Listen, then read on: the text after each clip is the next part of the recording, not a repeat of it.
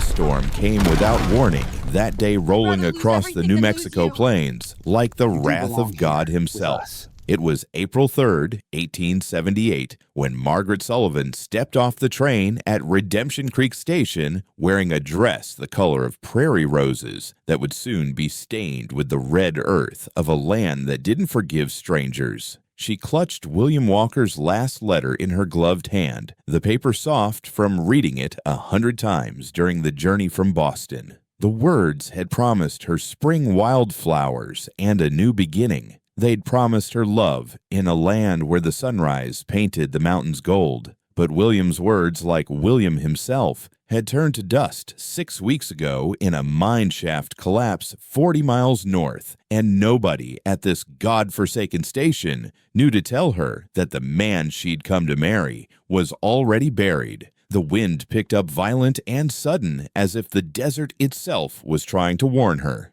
Go back, it seemed to howl. Go back while you still can. But the train was already pulling away black smoke, mixing with the copper-colored dust that began to swallow the world. The conductor had given her a long look when she'd stepped down, the kind of look that said he knew something she didn't. But he'd said nothing, just tipped his hat and let the train carry him away from whatever tragedy was about to unfold. "Mr. William Walker," she called out to the few figures hunched against the storm. "I'm looking for Mr. William Walker." An old man loading freight turned away. A woman hurried her children toward town, shooting Margaret a glance full of pity. The station master, a thin man with hollow cheeks, finally approached her, pulling his bandana up against the dust. "You'll want to find shelter, miss," he shouted over the wind. "This storm's fixing to get worse." "William Walker," she repeated louder this time. "He was supposed to meet me. We're to be married." The station master's eyes went soft in a way that made Margaret's stomach drop. He knew.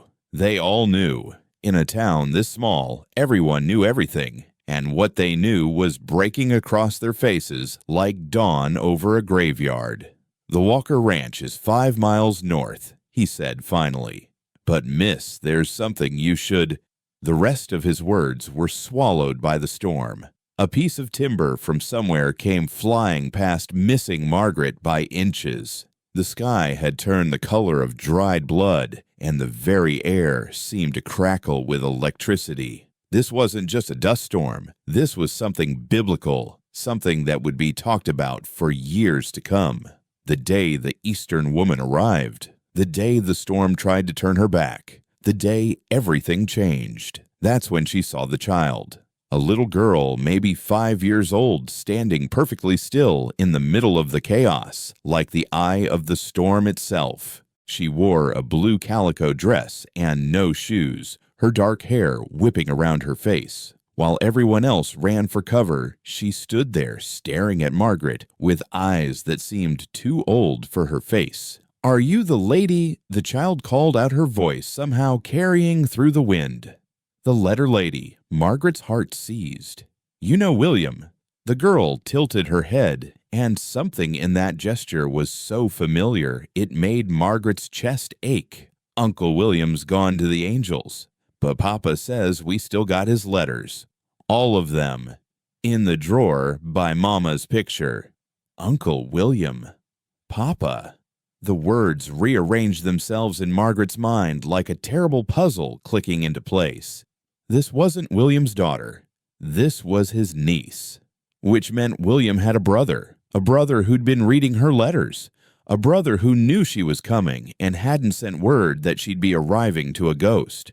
"What's your name?" Margaret asked, kneeling despite the wind trying to knock her over. "Rose Walker," the girl said solemnly. "Papa says I wasn't supposed to come to town today, but I knew. I knew you'd be wearing a pink dress. Uncle William said so in his letters."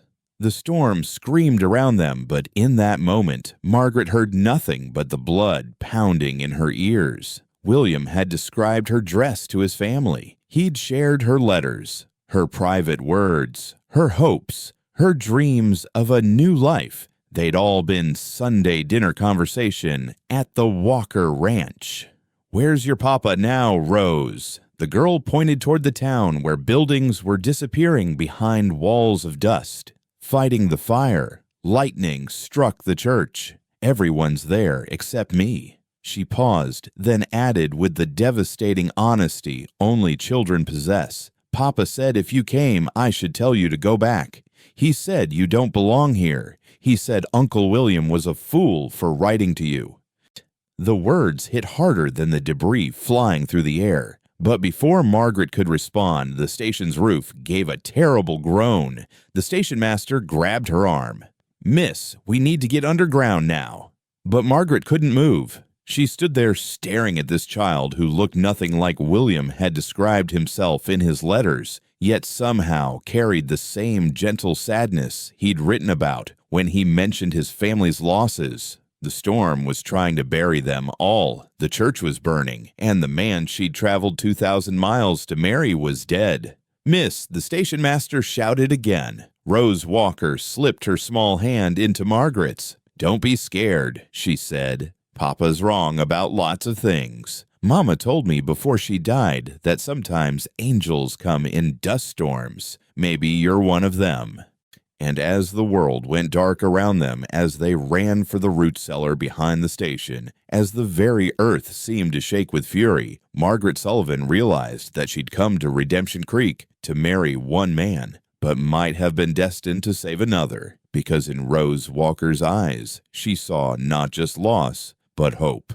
And in this dying town, in this terrible storm, hope was the only currency that mattered. The cellar door slammed shut above them, and in the darkness she could hear Rose whispering a prayer, not for safety, not for the storm to pass, but for her papa to be wrong just this once about the letter lady not belonging here. The storm passed just before sunset, leaving Redemption Creek looking like God had taken a fist to it.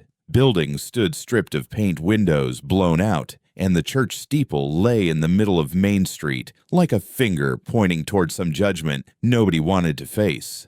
Margaret emerged from the root cellar with Rose's hand still in hers, dirt in her teeth, and her pink dress now the color of dried blood and desert earth. The first person she saw was Samuel Walker. He stood in front of what remained of the church, his shirt torn and blackened with soot blood running from a cut above his eye. He was taller than William had described himself, broader in the shoulders, with hands that looked like they'd been carved from the same rock that made the mountains. When he turned and saw Rose, something broke in his face, relief so profound it made him seem younger than his weathered 34 years.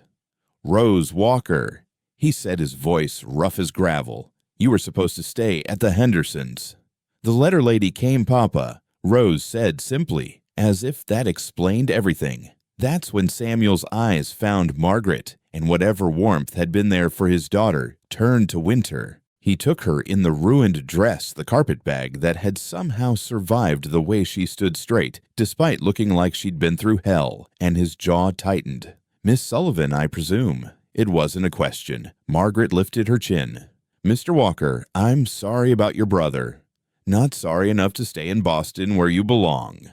The cruelty of it made several townspeople stop their salvage work to stare. Mrs. Henderson, a stout woman with kind eyes, actually gasped. But Margaret had come too far to be dismissed so easily. "Your brother invited me here. We had an understanding."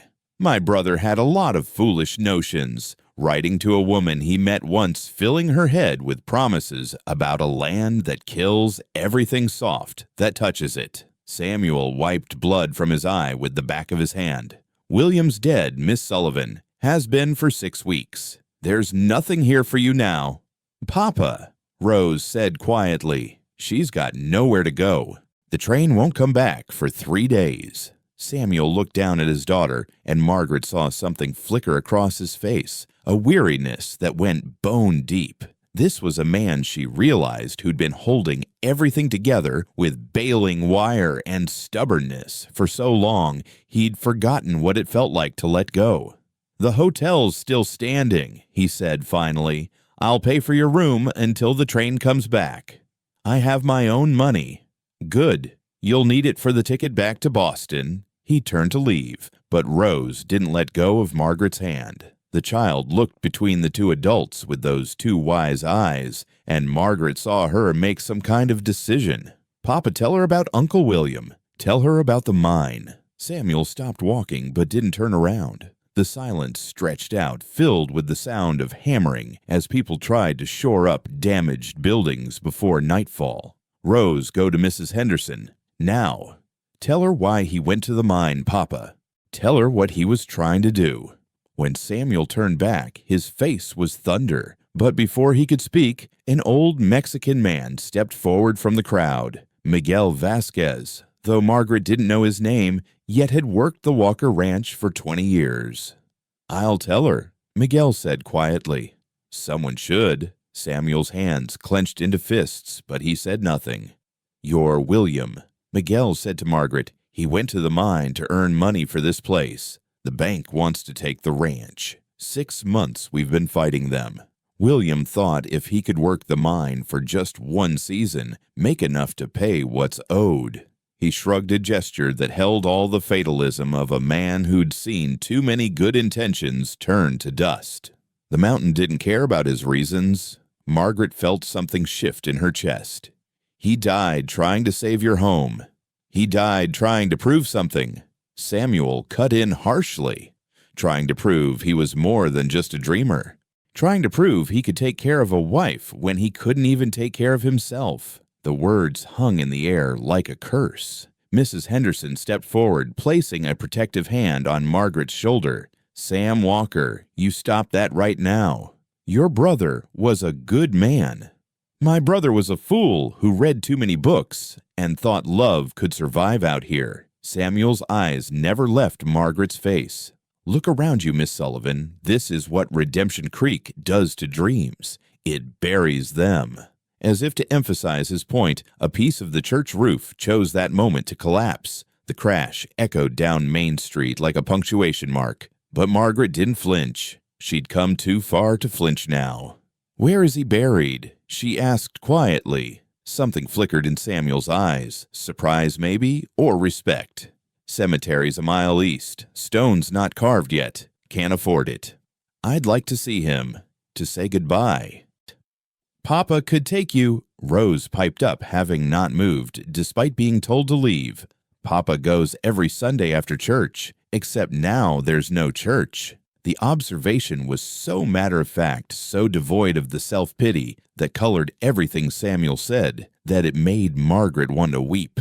This little girl had lost her uncle, had nearly lost her home in the storm, had no mother, and yet she stood there trying to bridge the gap between two adults who seemed determined to misunderstand each other. "Your daughter's right," Margaret said, meeting Samuel's gaze steadily.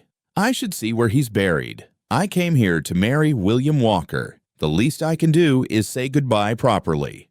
And then you'll leave." The question hung between them like a challenge. Around them, the town was pulling itself together with the kind of grim determination that Margaret was beginning to understand was the only way anything survived out here. Men hauled debris, women salvaged what they could from damaged homes, and children stood in clusters, wide-eyed and silent. This was Redemption Creek, a town of maybe 300 souls clinging to existence at the edge of the desert. The silver mine to the north provided just enough work to keep people from starving. The ranches to the south ran cattle across land that fought them for every blade of grass. The railroad passed through twice a week, bringing supplies and taking away those who'd given up. And in the middle of it all stood the Walker Ranch, 5 miles north of town. 800 acres of stubborn hope that had been in Samuel's family for 20 years.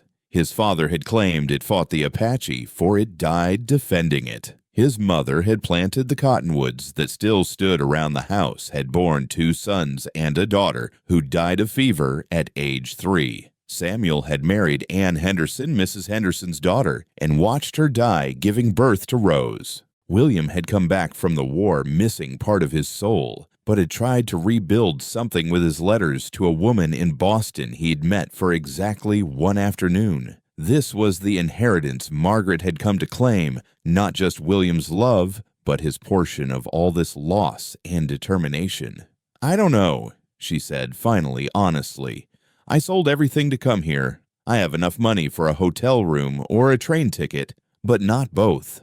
The admission cost her. She saw Samuel register. It saw him understand what it meant. She'd burned her bridges in Boston. She'd believed in William's letters that much. "Then you're a fool, too," he said. But there was less venom in it, now more exhaustion. "Papa," Rose said, and there was something in her voice that made both adults look at her. "Mama's watching." It was such a simple statement, but it changed everything. Samuel's shoulders sagged. He looked up at the sky, now clear and painted with the first stars, and Margaret saw him have a silent conversation with someone who wasn't there. "3 days," he said finally. "You can stay at the ranch for 3 days while you figure things out. Rose seems to have taken a shine to you, and God knows I can't fight both my daughter and my dead wife.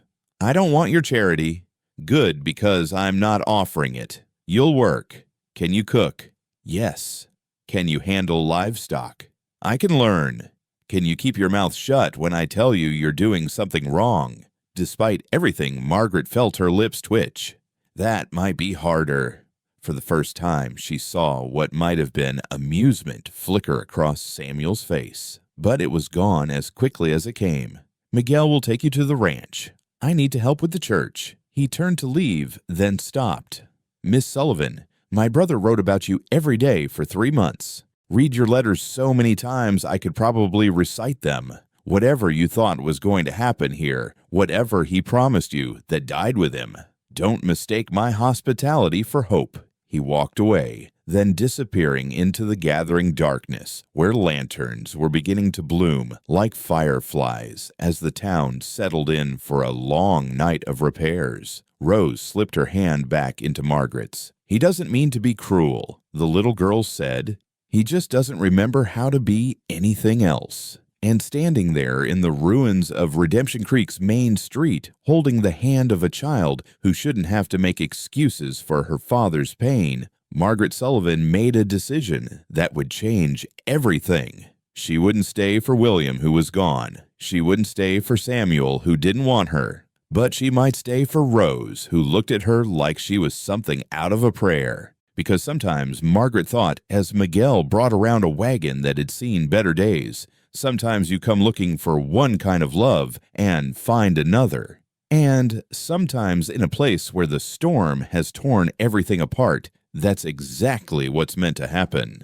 The Walker Ranch sat in a valley between 2 ridges, sheltered from the worst of the desert winds, but exposed enough to catch every sunrise and sunset. Margaret's first night there, she couldn't sleep. Not because of the narrow cot in the room that had once been William's, and not because of the coyotes calling to each other across the darkness. She couldn't sleep because the walls were covered with maps. William had drawn them all, careful, detailed maps of places he'd never been. Paris, London, San Francisco, Boston, with a small star marking the bakery where he'd met her that single afternoon when his regiment had passed through. Each map was dated, and the most recent ones were all of a future that would never exist. The Sullivan Walker Ranch. One read showing planned expansions, gardens, a school for the local children, dreams drawn in ink that was already fading. He spent every night working on those, Rose said from the doorway. Margaret turned, pulling her shawl tighter. "You should be sleeping, little one." "I don't sleep much since Mama died." Rose came in and sat on the floor, her white nightgown making her look like a small ghost. "Papa doesn't either. Sometimes I hear him walking, just walking back and forth, like he's trying to wear a hole in the floor big enough to fall through." The child's honesty was devastating. Margaret sat beside her, and Rose immediately curled into her side, starved for the kind of touch her father seemed unable to give. "Tell me about your mama." Rose smiled, the first real smile Margaret had seen from her.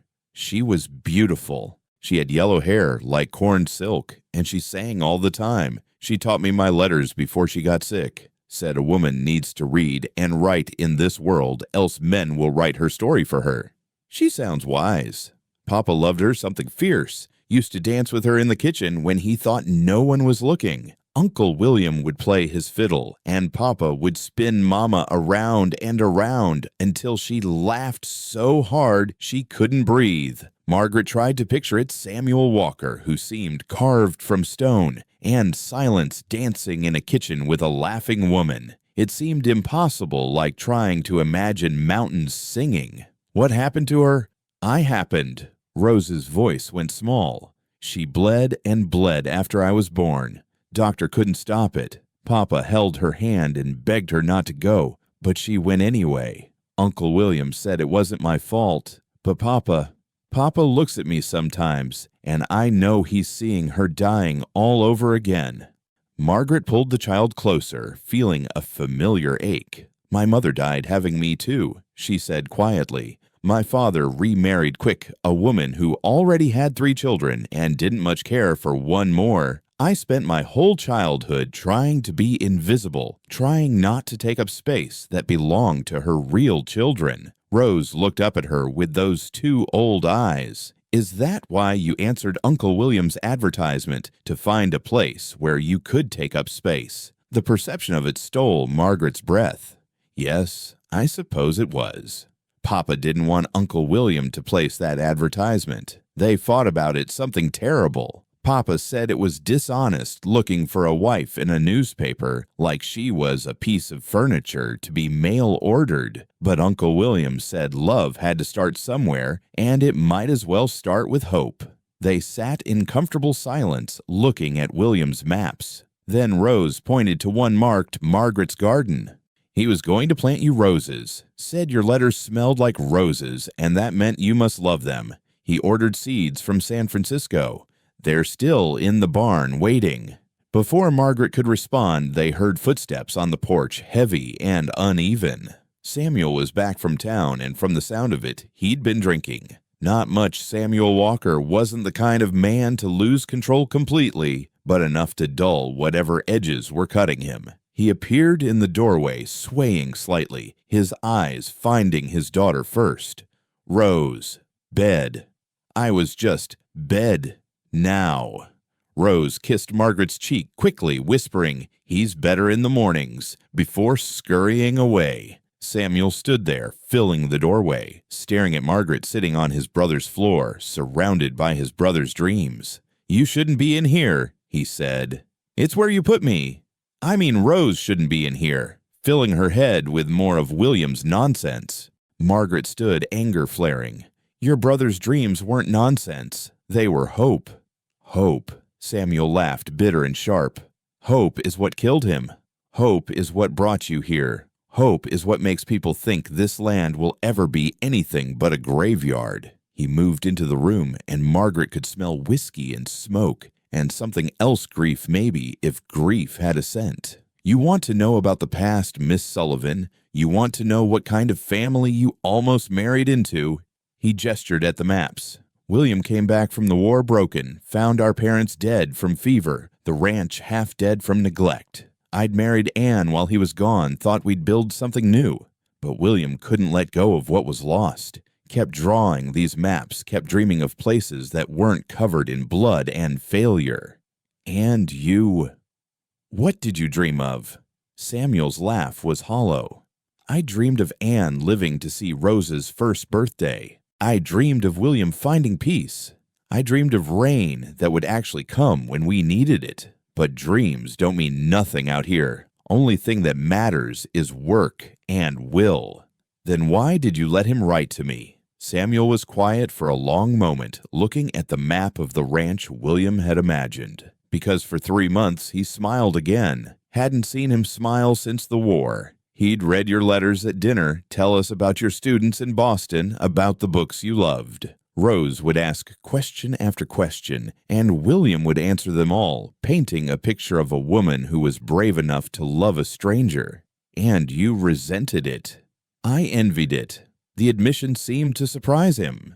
I envied that he could still believe in something as foolish as love through letters, that he could write to you about beauty when all I could see was dust, that he could promise you a future when I couldn't see past the next mortgage payment. Margaret moved closer to him, close enough to see the lines around his eyes, the silver threading through his dark hair, the weight he carried in every breath. "The bank wants the ranch," she said. It wasn't a question. "Thomas Blackwood holds the note. Has for 2 years since the drought killed most of our cattle. William thought if he could make enough at the mine to pay it off, he could bring you here to something worth having. And now I've got 6 weeks to come up with $500 or lose everything my father built. That's why you want me gone. Another mouth to feed when you can barely feed Rose." Samuel's eyes met hers, and she saw the truth there. Not cruelty, but desperation. "My wife is buried on this land. My parents. Now my brother. If I lose this ranch, I lose them all over again. And Rose. Rose deserves better than a father who failed at the only thing that mattered." The rawness of it, the honesty born from whiskey and exhaustion, made Margaret's chest tight. She understood now. Samuel Walker wasn't just fighting to keep a ranch. He was fighting to keep the graves of everyone he'd loved from becoming someone else's property. "What if I could help?"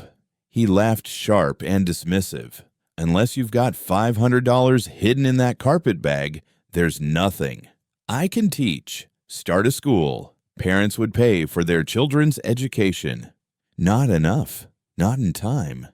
I can write, send articles back east about life here. Publications pay for authentic frontier stories." Samuel shook his head. "You're talking about pennies when we need dollars." "Then what about the seeds?" He frowned. "What seeds?" "The rose seeds William ordered. Rose says they're in the barn. What if we planted them along with vegetables, not for beauty, but for profit? The railroad brings people through here who'd pay good money for fresh produce, for something that reminds them of home." Samuel stared at her like she'd suggested they could fly to the moon. "You want to save the ranch with a garden.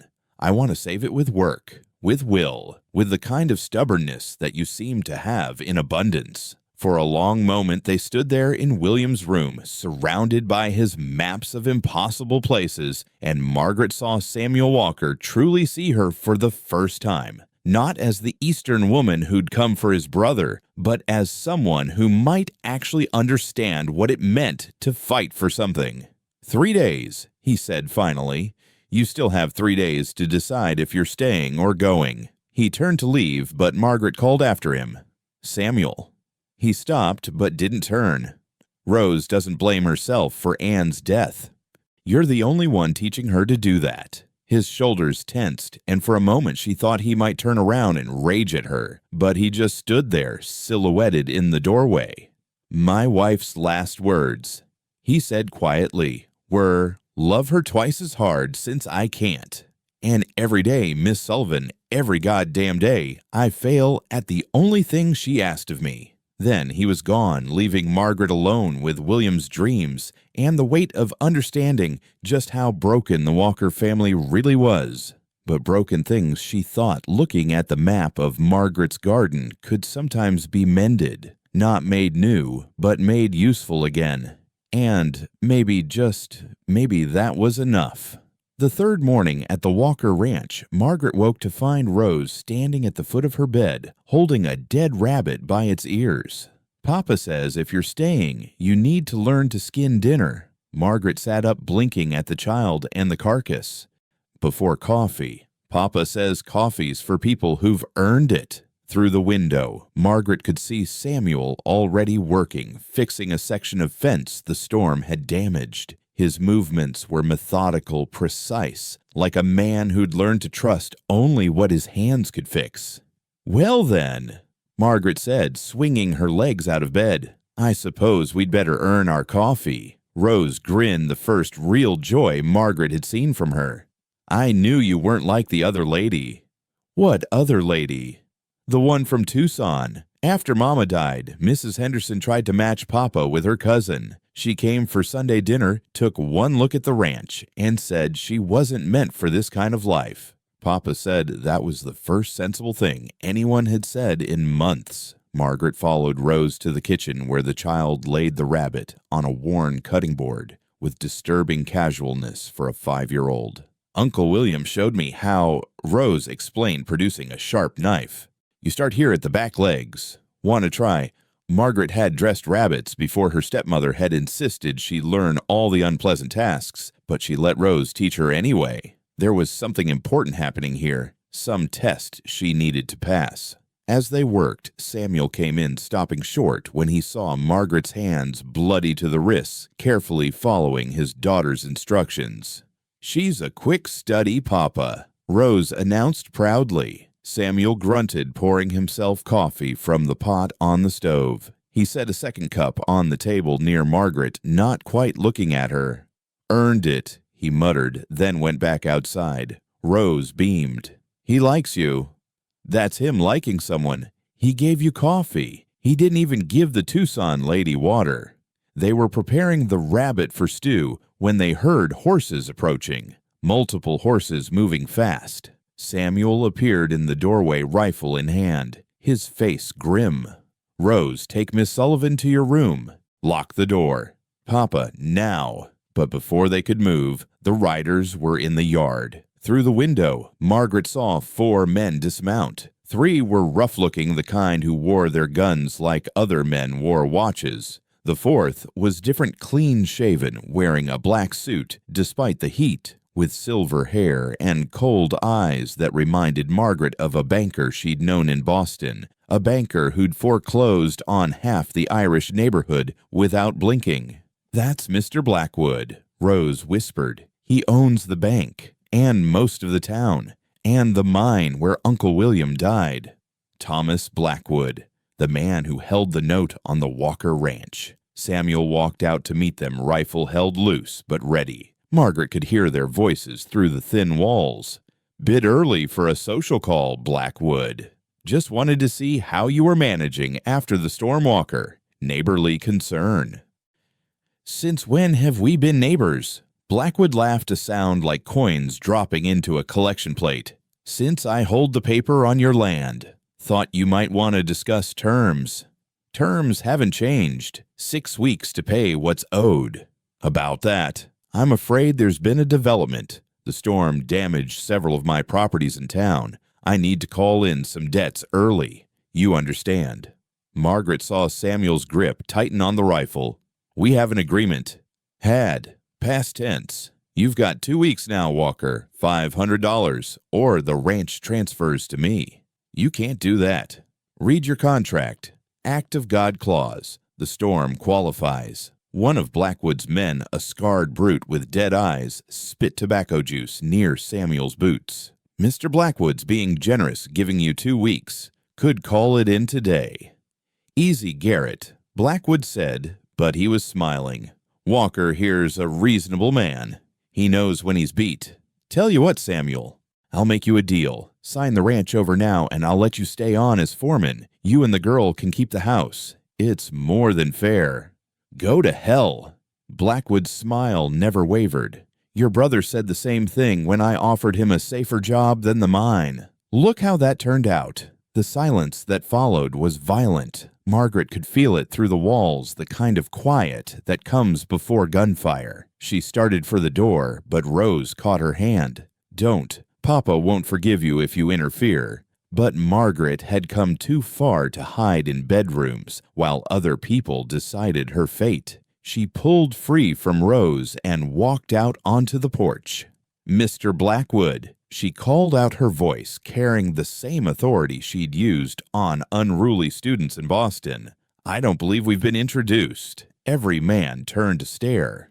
She stood there in her simple dress, hands still stained with rabbit blood, chin high like she was holding court in a Boston parlor instead of standing on a failing ranch in New Mexico. Blackwood's eyes traveled over her, slowly calculating. "You must be the bride, the one who came for the dead brother, Margaret Sullivan, and yes, I came to marry William Walker. My condolences on your loss. Save them. You own the mine that killed him." A flicker of surprise crossed Blackwood's face. He wasn't used to being challenged, especially not by women. "Mining's dangerous work, Miss Sullivan. Your intended knew the risks." "Did he also know you'd use his death as leverage against his family?" Blackwood dismounted, moving closer to the porch. Margaret didn't step back. "You're from Boston," he said. It wasn't a question. "I can hear it in your voice. Education, breeding." "What are you doing out here, Miss Sullivan?" "Currently learning to skin rabbits and watching you try to steal from a widow and child." The scarred man, Garrett, laughed ugly. "She's got spirit, boss. Maybe after you take the ranch, you could offer her a position at the saloon." Samuel started forward, but Margaret's voice cut through the tension like a blade. "Mr. Garrett, is it? I've known men like you my whole life. Small men who need guns to feel big. But here's something you should understand. I've already lost everything once. My family, my position, my respectability, when I chose to come west for a man I'd met once. So your threats, your implications, they mean nothing to someone with nothing left to lose." She turned to Blackwood. "But you're different. You're not small. You're smart, which means you know this ranch is worth more than $500. You know there's something here you want beyond the land." Blackwood studied her for a long moment. "You're very perceptive, Miss Sullivan." "It's Mrs. Walker," she said suddenly, the word surprising everyone, including herself. "Or it will be once we can arrange things properly. Samuel and I have an understanding." The lie fell into the morning air like a stone into water, sending ripples in every direction. She felt Samuel's shock, heard Rose's gasp, saw calculation shift in Blackwood's eyes. "Is that so?" Blackwood looked between them. "Rather quick, isn't it? Your intended's barely cold." Margaret descended the porch steps, moving to stand beside Samuel. She slipped her hand through his arm, feeling him go rigid at her touch.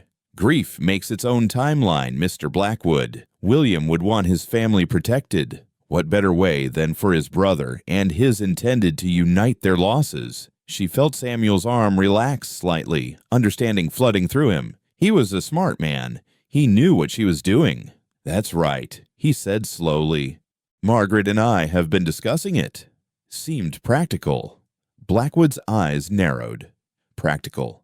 And romantic. Rose piped up from the porch, having found her voice. "They stay up late talking. Papa even gave her coffee this morning."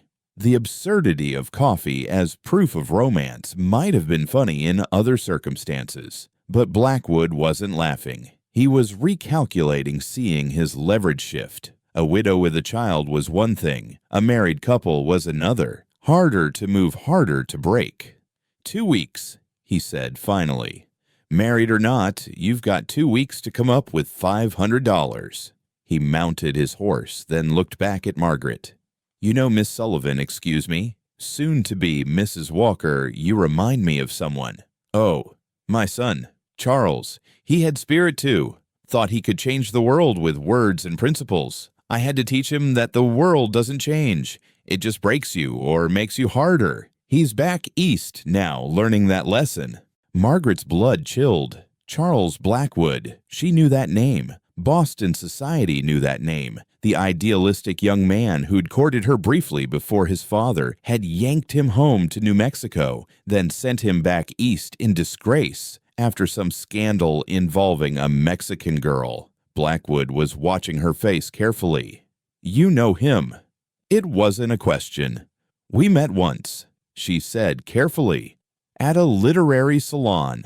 And now you're here in my town trying to marry into a family that owes me money." His smile was sharp as glass. "The world's smaller than we think, Miss Sullivan, and full of interesting coincidences." He touched his hat, a mockery of politeness. 2 weeks. "Oh, and Walker. That storm damage I mentioned, your brother's grave marker was one of the casualties. Shame, but stones expensive to replace." They rode off in a cloud of dust, leaving silence behind them. Samuel pulled away from Margaret's touch, turning to face her. "What the hell was that?" "That was me buying you time. By lying. By dragging us into some false engagement. Would you rather I'd let him call in the debt today? I'd rather you'd stayed inside like I told you, and I'd rather William was alive and none of this was necessary. But he's not, and it is. And I'm trying to help. They stood there, glaring at each other while Rose looked between them with worried eyes. "You know Blackwood's son," Samuel said. "It wasn't a question. I knew him. Briefly. It was nothing. Nothing. Like your engagement to my brother was nothing." The words hit like a slap. Margaret's eyes blazed. "Your brother and I wrote to each other for 3 months. We shared our hopes, our fears, our dreams for a future. That wasn't nothing. That was everything to two lonely people trying to believe in something better. And Charles Blackwood was a boy who thought poetry could save the world and learned his father's money mattered more than his principles. He left Boston before I even met William." Samuel studied her face, looking for lies and finding none. Finally, his shoulders sagged. 2 weeks, he said quietly. "We've got 2 weeks to come up with money we don't have." Or, Margaret said, 2 weeks to make them believe we're really getting married. "You want to continue this charade. I want to keep your ranch. For Rose. For William's memory. For—" She stopped herself before saying, "for you." Samuel looked at his daughter, who was watching them with hope naked on her face. "Papa," Rose said softly, "Mama would understand."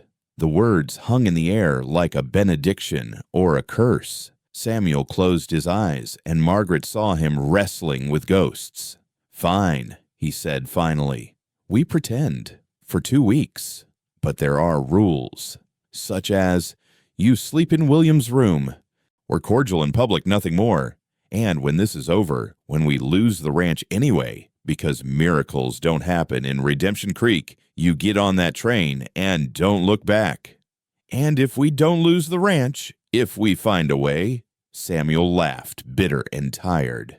"Then, Miss Sullivan, I'll believe in those angels Rose keeps talking about." He walked back to his fence repairs, leaving Margaret and Rose on the porch. The little girl slipped her hand into Margaret's.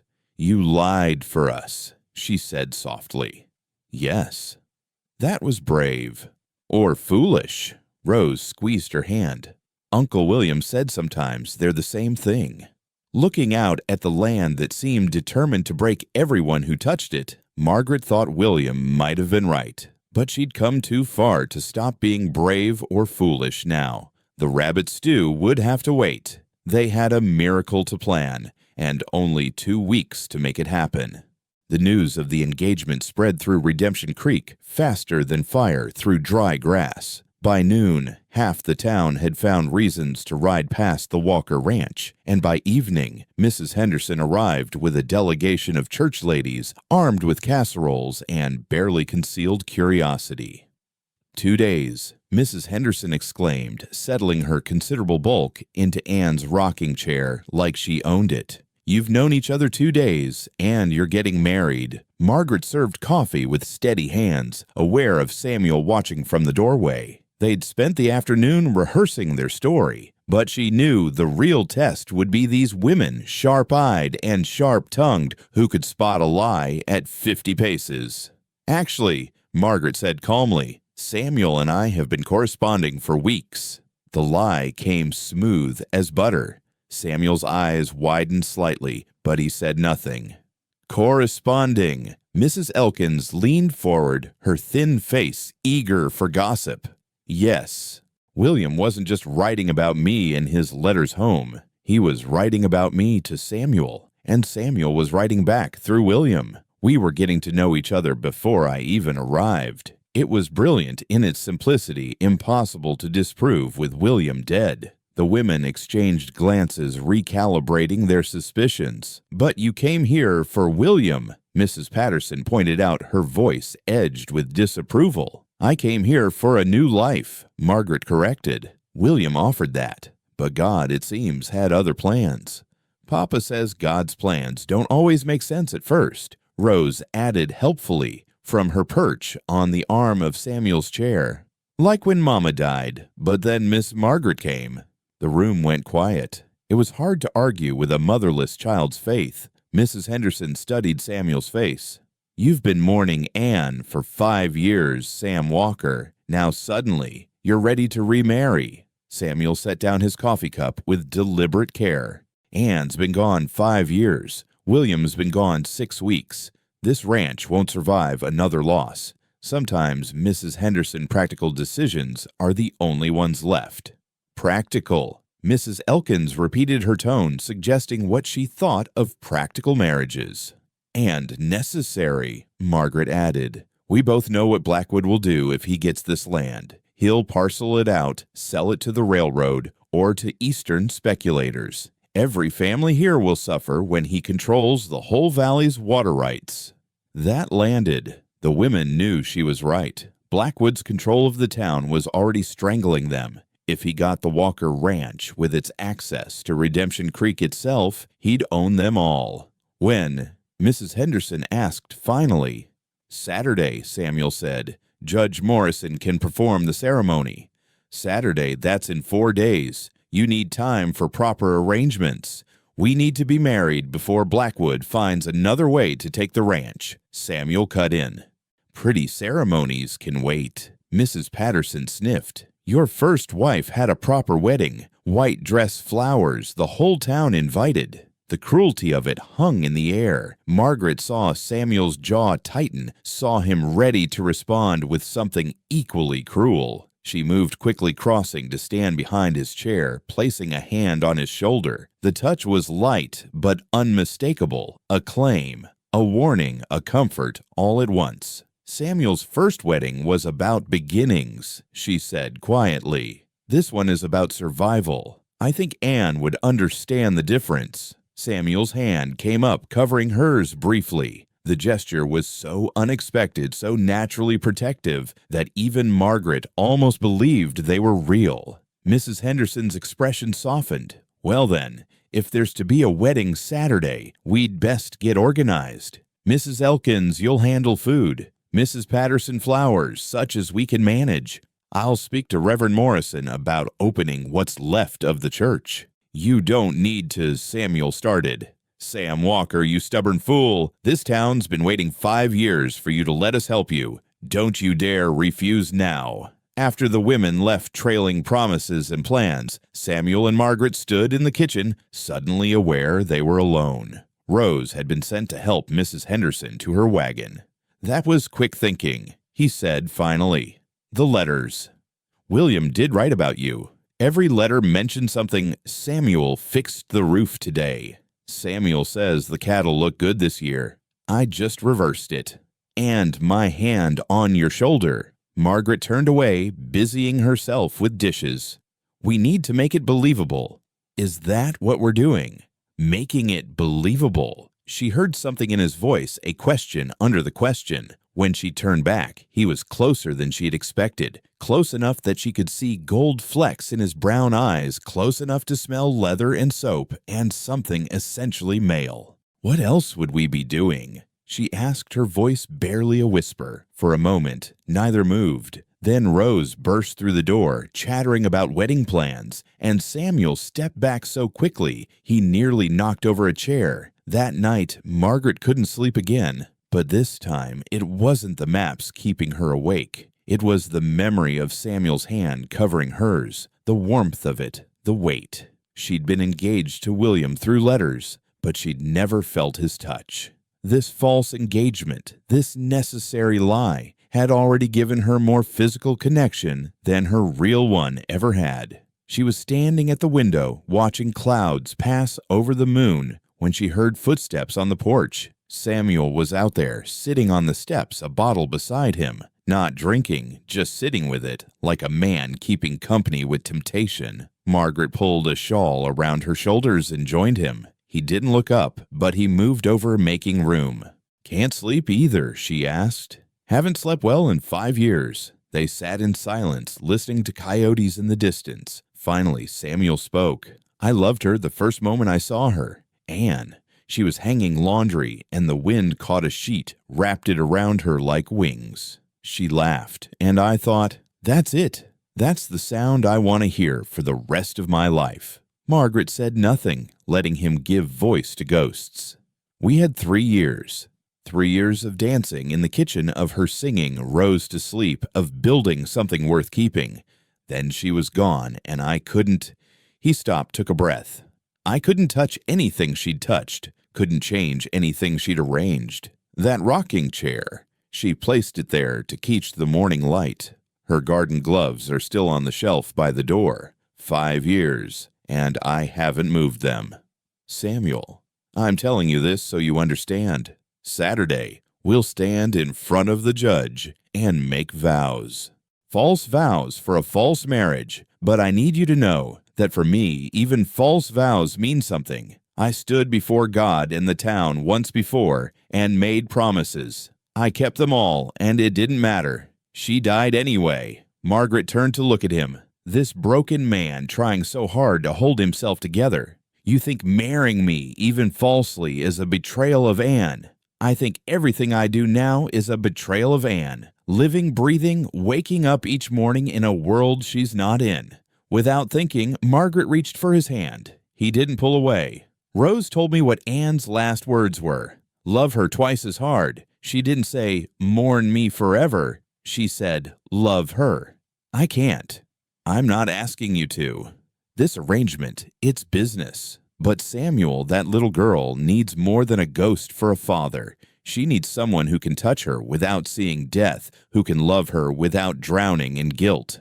Samuel's hand tightened on hers. You barely know us.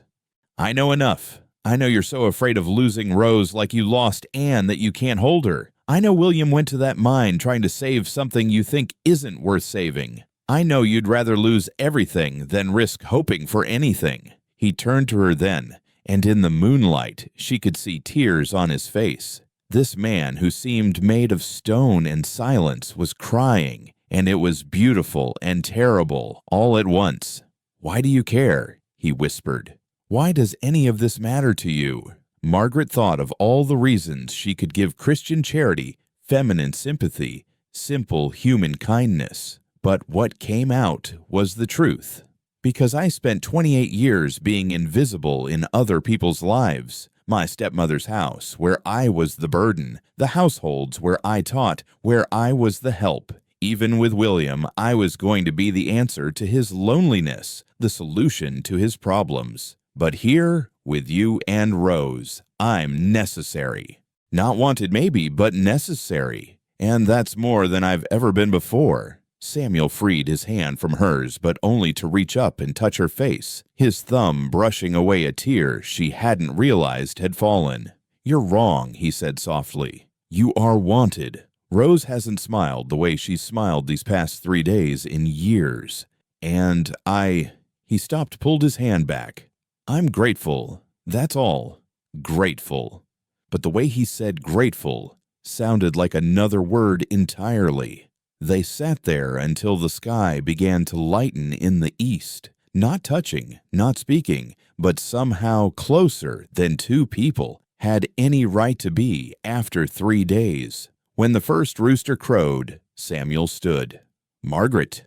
She looked up at him, silhouetted against the dawn. On Saturday, when we make those vows, when we promise to honor and cherish, and all the rest, I need you to know I'll mean them.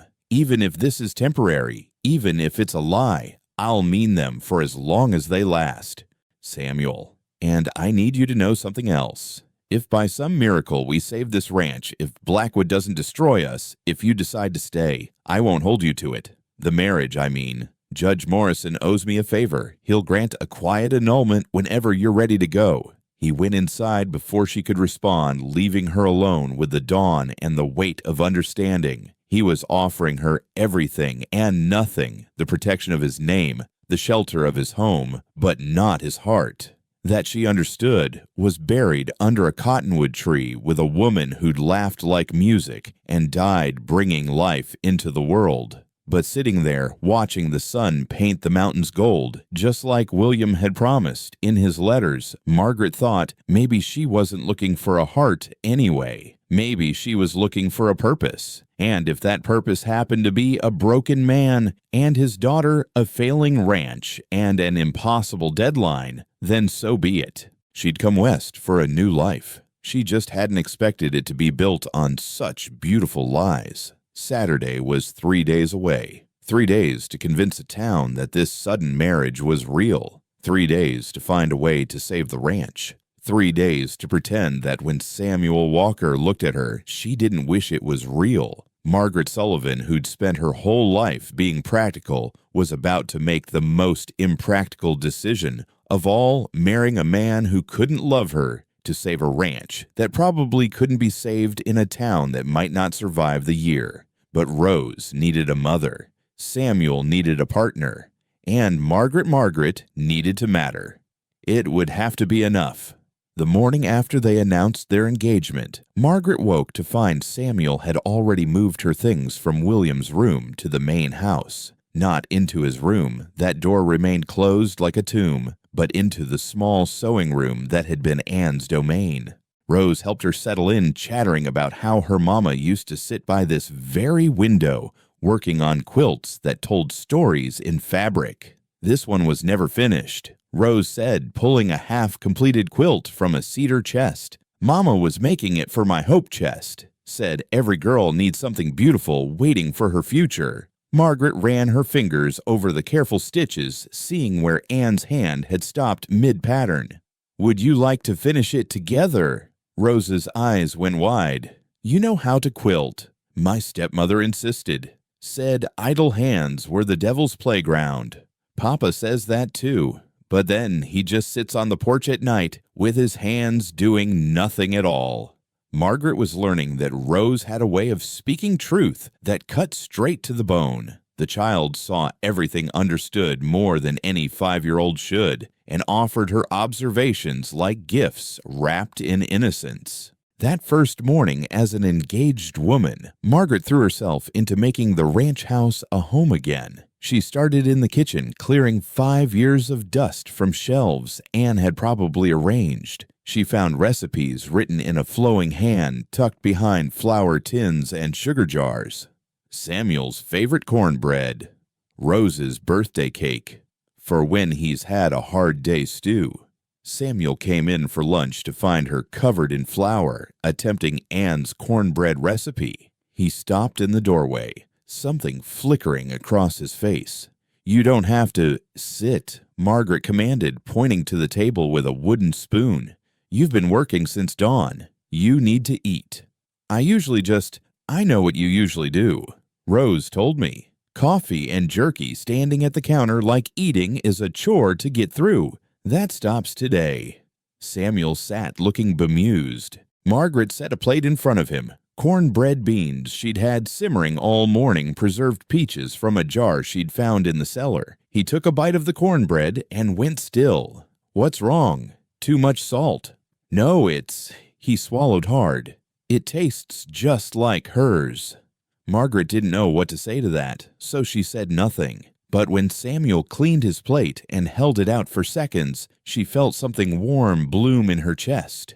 Thank you, he said quietly. I'd forgotten what it felt like to be cared for. Before she could respond, he was gone back to his endless work. But he'd left something behind, a softness in the air, a possibility of maybe. That afternoon, Margaret tackled the garden. Anne's garden had gone to seed and ruin, but the bones of it were still there. Rose helped pointing out where the tomatoes used to grow, where her mother had planted herbs that would come back every year if someone just cleared the weeds. Mama said a garden is a promise, Rose told her, pulling up dried stalks. You plant something today, believing tomorrow will come. Your mama was a wise woman. Papa stopped believing in tomorrow when she died. Margaret looked at the little girl kneeling in the dirt in her faded dress, speaking profound truths like they were simple observations. What about you? Do you believe in tomorrow? Rose smiled, that rare, precious smile. I do now. You're here, aren't you? They were planting the rose seeds William had ordered. Might as well put them in the ground. Margaret figured, even if they wouldn't bloom, before Blackwood took everything when riders approached. Not Blackwood's men this time, but neighbors. The Hendersons, the Elkins, the Pattersons, and others. A dozen families from surrounding ranches. Samuel emerged from the barn, rifle in hand, until he saw who it was. Sam Walker. Mrs. Henderson called out, "Put that gun away. We've come to help." Help with what? The wedding, you fool man, and the ranch, and whatever else needs doing. The men had brought tools and muscle. The women had brought food and determination, and without asking permission, they set about putting the Walker Ranch to rights. Tom Henderson and his boys started on the barn roof that had been damaged in the storm. The Elkins men worked on fence posts. The women descended on the house like a benevolent plague, cleaning and organizing and cooking enough food to feed an army. Samuel stood in the middle of it, all looking lost. "Why?" he asked Margaret quietly. "I haven't been neighborly, haven't helped with their harvests or returned their visits." "Because," Mrs. Henderson said, overhearing, "Ann Walker was the best of us. She helped birth half the babies in this valley, nursed families through fever, shared whatever she had, even when it wasn't much. We couldn't help her when she needed it. Let us help her family now." Margaret watched Samuel struggle with this, the gifted help of the community reaching out when he'd spent 5 years pushing them away. She saw the moment he almost refused, almost retreated into his fortress of solitude. Then Rose ran up and hugged his legs, dirt-covered and grinning. "Look, Papa, we're planting Mama's garden again." And Samuel Walker, the man made of stone. And Silence knelt and hugged his daughter properly for the first time in Margaret's presence. Over Rose's shoulder, his eyes met Margaret's, and she saw gratitude there, not just for the help, but for the excuse to accept it. As the sun began to set, the work was far from done, but the ranch looked less like a place of grief and more like a place where life might grow again. The women had prepared a feast from their brought supplies and what they'd found in Margaret's now organized kitchen. Everyone sat at makeshift tables in the yard planks on sawhorses sharing food and stories. "Remember when Anne convinced us all to put on that Christmas pageant?" Mrs. Elkins laughed. "She had Tom Henderson playing in angel wings and all."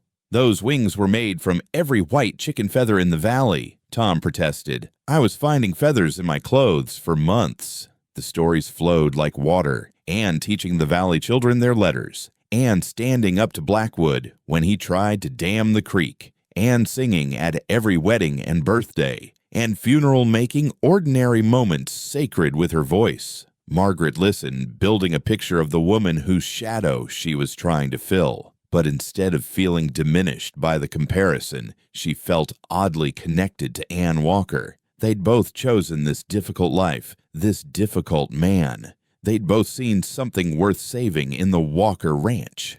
"Tell them about the wolf," Rose piped up. Samuel shook his head. "Rose, please, Papa, it's a good story." The gathering went quiet, everyone looking at Samuel. He was not a man who told stories who shared himself with others, but Rose was pressed against his side, looking up at him with such hope that he couldn't refuse. "It was 3 winters ago," he began slowly. "The worst winter we'd had in a decade. Snow so deep the cattle couldn't find grass. We lost half the herd, and what was left was skin and bones. Wolves came down from the mountains, desperate and hungry as everything else." His voice found its rhythm, and Margaret realized he was a natural storyteller when he let himself be. "One night I heard the chickens screaming, grabbed my rifle, ran out in my union suit and boots, nothing else. There was this big gray wolf in the coop. But when I raised the rifle, I saw she was nursing. Had pups somewhere starving just like everything else." "What did you do?" one of the Henderson boys asked wide-eyed. "Anne would have killed me for shooting a nursing mother. So I did something stupid. I lowered the rifle and went to the barn, got a haunch of venison we'd been saving, threw it to the wolf."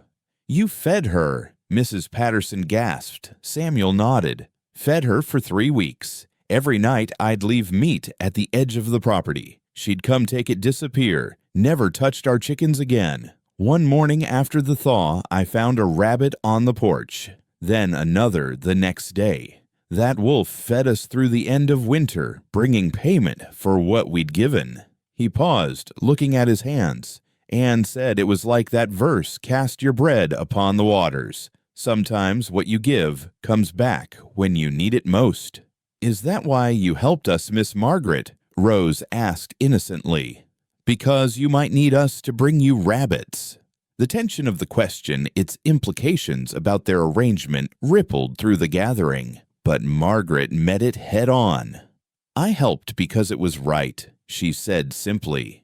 But if rabbits come from it, I won't complain. Everyone laughed, and the moment passed. But Samuel was looking at her with something new in his eyes. Respect maybe, or recognition. As the evening wore on, instruments appeared. Tom Henderson had a fiddle, Jim Elkins a harmonica. Someone started singing Shenandoah, and other voices joined in. Rose fell asleep in Samuel's lap, and he held her like she was made of spun glass and starlight. Margaret was helping clear plates when Mrs. Henderson pulled her aside.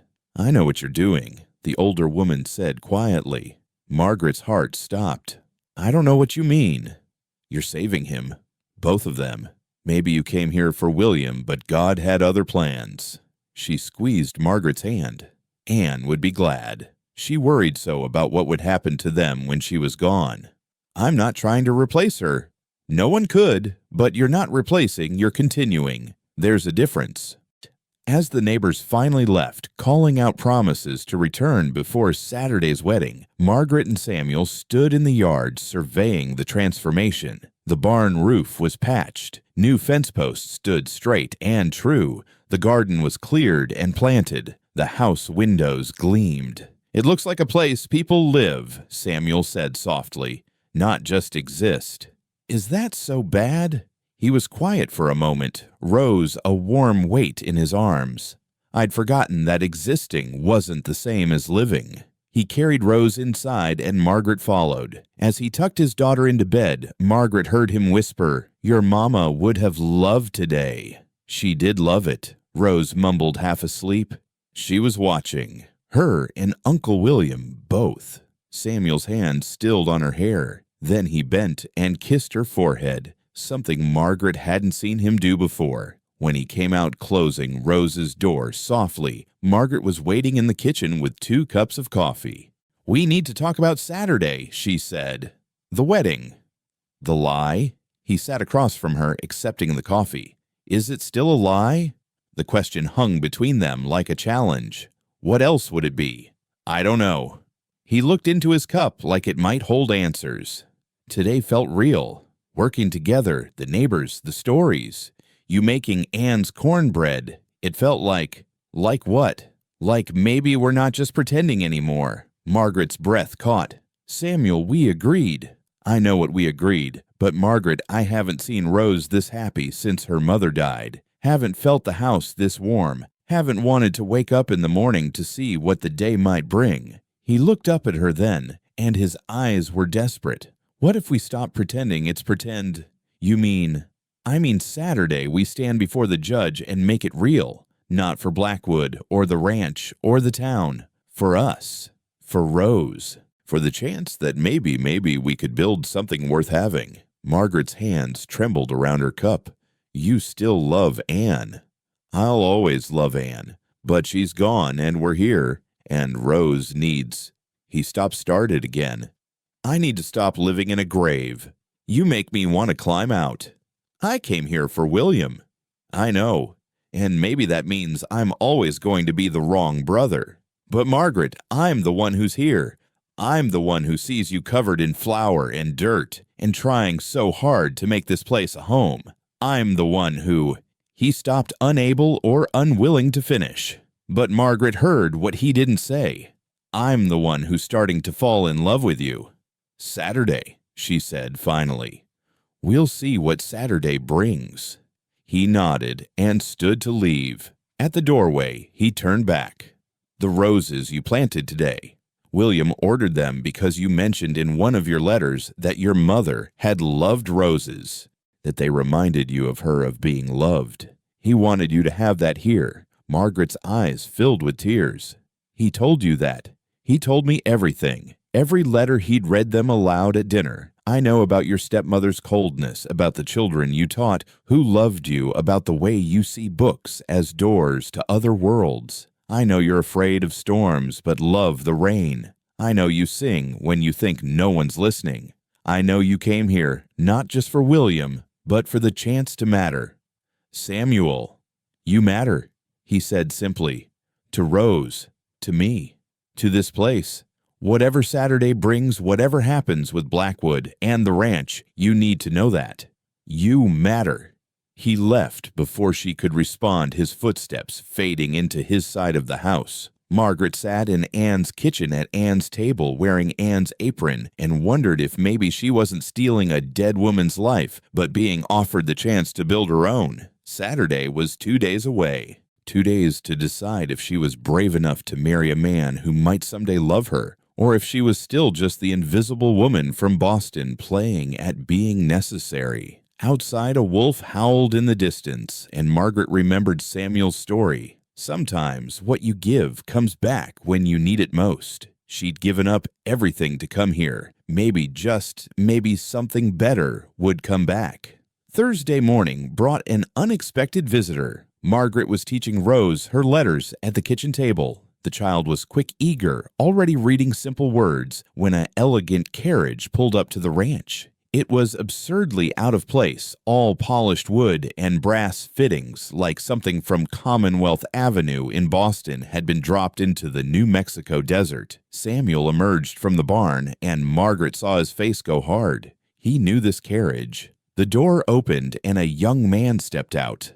He was perhaps 25, well-dressed in a way that screamed Eastern money, with carefully styled blonde hair and the soft look of someone who'd never worked with his hands. But his eyes were older, sadder, like he'd learned that money couldn't buy what really mattered. Charles, Samuel said flatly. Charles Blackwood, Thomas Blackwood's son. The man who'd courted Margaret briefly in Boston before disappearing. His gaze found Margaret through the window, and his face went white. Margaret Sullivan. She stepped onto the porch chin, high, aware of how she must look, simple calico dress flower in her hair, no longer the polished governess he'd known in Boston. Hello, Charles. What how? He looked between her and Samuel, understanding dawning. You're the bride, the one who came for the dead brother. I'm the woman who's marrying Samuel on Saturday. Charles laughed, but it was bitter, not amused. Of course you are. Of course you'd end up here in this God-forsaken place, about to marry into a family my father is destroying. He looked at Samuel. Does she know what my father really wants? Charles, Samuel warned. Does she know about the silver? Margaret felt the ground shift under her feet. What silver? Charles moved closer, and she could smell his expensive cologne, so out of place among the sage and dust. There's a vein of silver that runs from the mountains through this valley. My father's geologist found it. It's why he wants the ranch. Not for cattle or water rights, for what's under the ground. You're lying, Samuel said, but uncertainty flickered in his voice. Am I? Why do you think he pushed William toward that particular mine? Why do you think he's calling in debts early? Charles turned to Margaret. Your future brother-in-law died because my father wanted him out of the way. One less walker to fight when he takes this land. Samuel moved fast, grabbing Charles by his expensive lapels. You're saying your father murdered my brother. I'm saying my father doesn't murder. He manipulates. He creates circumstances where death becomes likely. Charles didn't fight back, just stood there, looking tired. The mine shaft that collapsed my father's company had declared it unsafe a week before, but they kept sending men in paying triple wages to anyone desperate enough. Like your brother. Samuel's fist connected with Charles' jaw, sending him sprawling in the dust. Rose screamed from the doorway. Margaret ran to hold the child back as Samuel stood over Charles, fists clenched. Get off my land. Charles sat up, wiping blood from his mouth. I came to warn you, and to... He looked at Margaret, to see if it was really you. When Father mentioned a governess from Boston, I had to know. Why? Margaret asked, still holding Rose.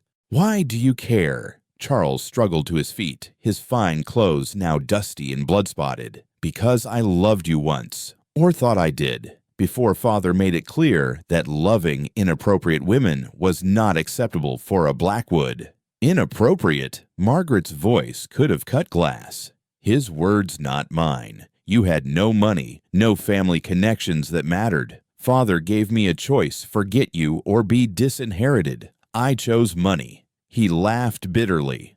"I chose wrong. So you ran back east." "He sent me back after I tried to make amends by courting the daughter of a Mexican rancher. Father couldn't have that either. Wrong blood, he said. So I've been in Boston managing his Eastern investments, dying slowly in offices that smell of leather and regret." Rose pulled free from Margaret and walked up to Charles with the fearlessness of a child. "You're hurt," she said, simply offering him her handkerchief. Charles looked at the little girl, this motherless child, offering kindness to the son of her family's enemy, and something broke in his face. "You're Anne's daughter," he said softly. "I remember her. She was kind to me once when I was young and my mother had just died. Gave me gingerbread at a church social, told me it would get easier." "Did it?" Rose asked. "No, it just got different." Samuel pulled Rose back protective. "You've delivered your warning. Now go." But Charles wasn't done. "There's going to be a town meeting tomorrow night. Father's calling it. He's going to propose buying all the failing ranches for the good of the community. Create a company town, he'll say. Bring prosperity. What he means is he'll own everything and everyone." "Why tell us?" Margaret asked. Charles looked at her for a long moment. "Because you deserve better than what my family does to people. You always did." He turned to Samuel. "And because William Walker was a good man. He lent me books, once told me about writers who believed words could change the world. I wanted to believe him." He walked back to his carriage, then paused. "My father has a weakness. He needs things to look legitimate, legal. If the town stands against him, if they refuse to sell, he'll have to find another way. Unite them if you can." As the carriage pulled away, Samuel spat in the dust. "Blackwood's son. You were courted by Blackwood's son. Briefly. Before William. Before any of this. And you didn't think to mention it. I didn't know Charles was his son until yesterday. Different surnames. Charles went by his mother's maiden name in Boston, Worthington." Samuel laughed harsh and disbelieving. "So we're connected to the Blackwoods by blood, William's death, and by romance, your past. This family's cursed." "Papa," Rose said quietly, "we're not cursed. Mama said curses are just fear wearing a scary mask." Samuel knelt before his daughter. "Your mama said a lot of things, little bird. She also said the only way to fight fear is together." That afternoon, Margaret and Samuel rode to every neighboring ranch. The Hendersons, the Elkins, the Pattersons, the Vasquez family, the Clearys, even the Johnsons who'd been feuding with the Walkers over water rights for a decade. At each stop, the message was the same: come to the town meeting stand together, refuse Blackwood's offer. Some were skeptical. "Easy for you to say, Walker," Jim Cleary argued. "You've got 2 weeks. My note's due tomorrow." "Then we help you," Margaret said, surprising everyone, including herself. "How much do you owe?" $50. "The wedding gifts," she said to Samuel. "People have been bringing them all week. Some are cash." "You want to give away our wedding gifts?" Samuel asked. "I want to save our community. All of it." Mrs. Cleary started crying. "We can't accept." "You can and you will," Margaret said firmly. "And when you're back on your feet, you'll help the next family." That's how we beat him. Not individually, but together. At the Vasquez Ranch, they found Miguel's extended family gathered for a birthday celebration. The elderly patriarch, Don Esteban, listened to their plea with careful attention. "Blackwood thinks we're weak because we're Mexican," he said finally. "Thinks we'll sell cheap and disappear, but this land was ours before it was America's. We know how to fight men like him." "Will you come to the meeting?" Samuel asked. "We'll come, and we'll bring others. The Mexican families stick together. "But Walker, will the White family stand with us?" Samuel extended his hand. "We stand together, or we fall separately." Don Esteban shook it, nodding slowly. "Your brother understood this. I hope you've learned it too." That evening, back at the ranch, they counted allies. Maybe 30 families would come to the meeting. Maybe half would resist Blackwood's offer. It wasn't enough.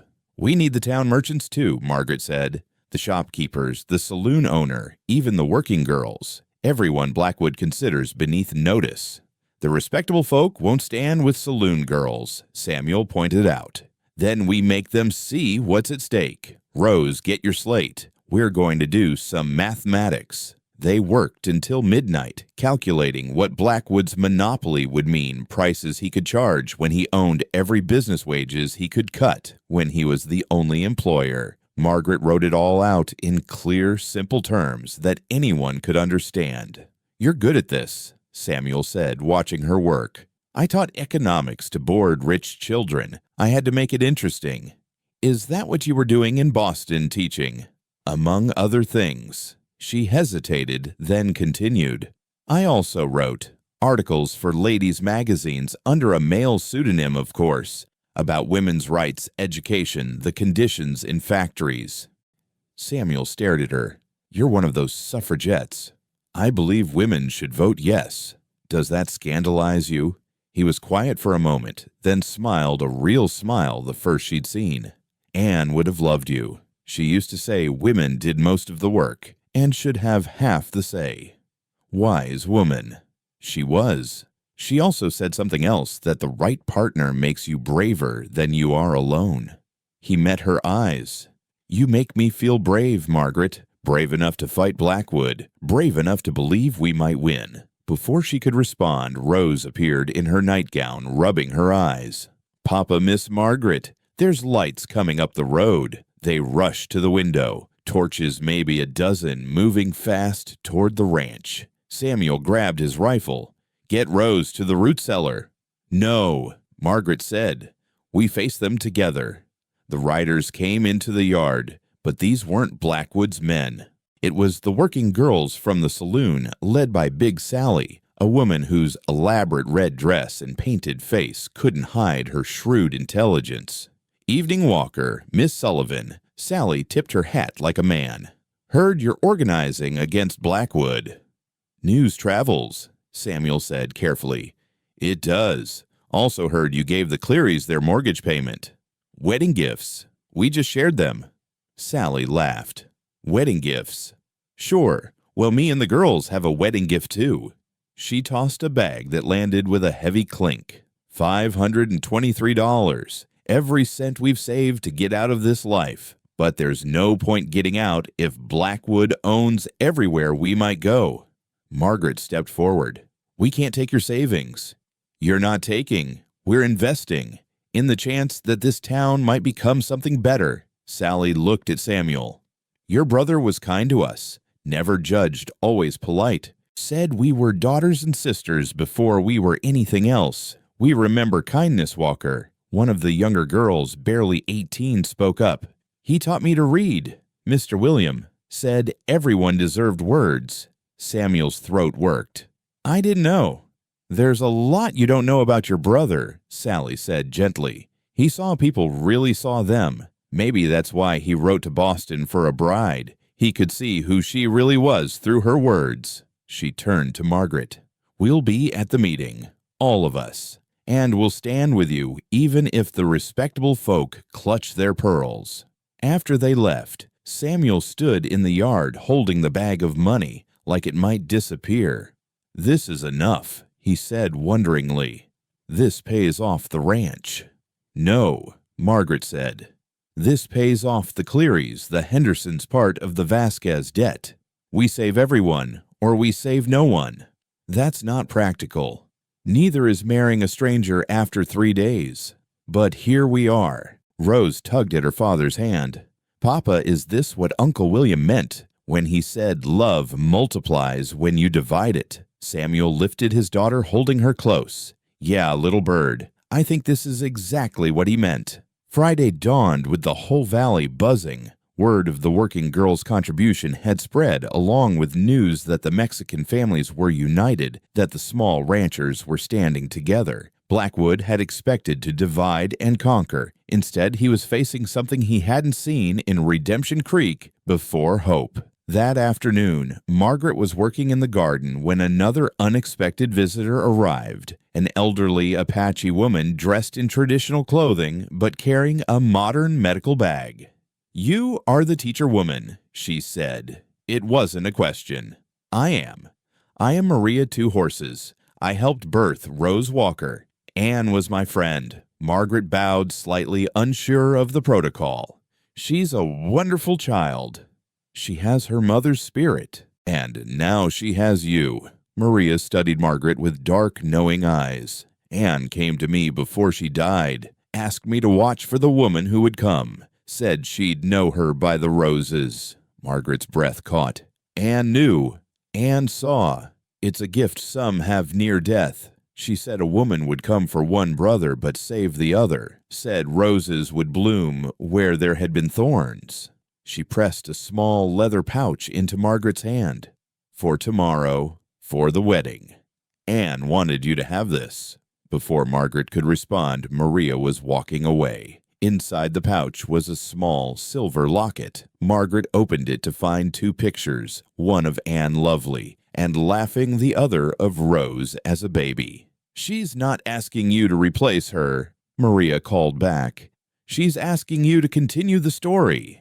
That night, the town meeting was held in what remained of the church. The roof was half gone, but the walls stood, and someone had hung lanterns from the exposed beams. It looked like stars had come down to witness what would happen. Blackwood stood at the front, confident in his expensive suit, his 3 hired guns visible at the back. "Friends," he began, "the storm showed us how vulnerable we are individually, but together, as a company town, we could prosper. I'm offering to buy every struggling property at fair market value."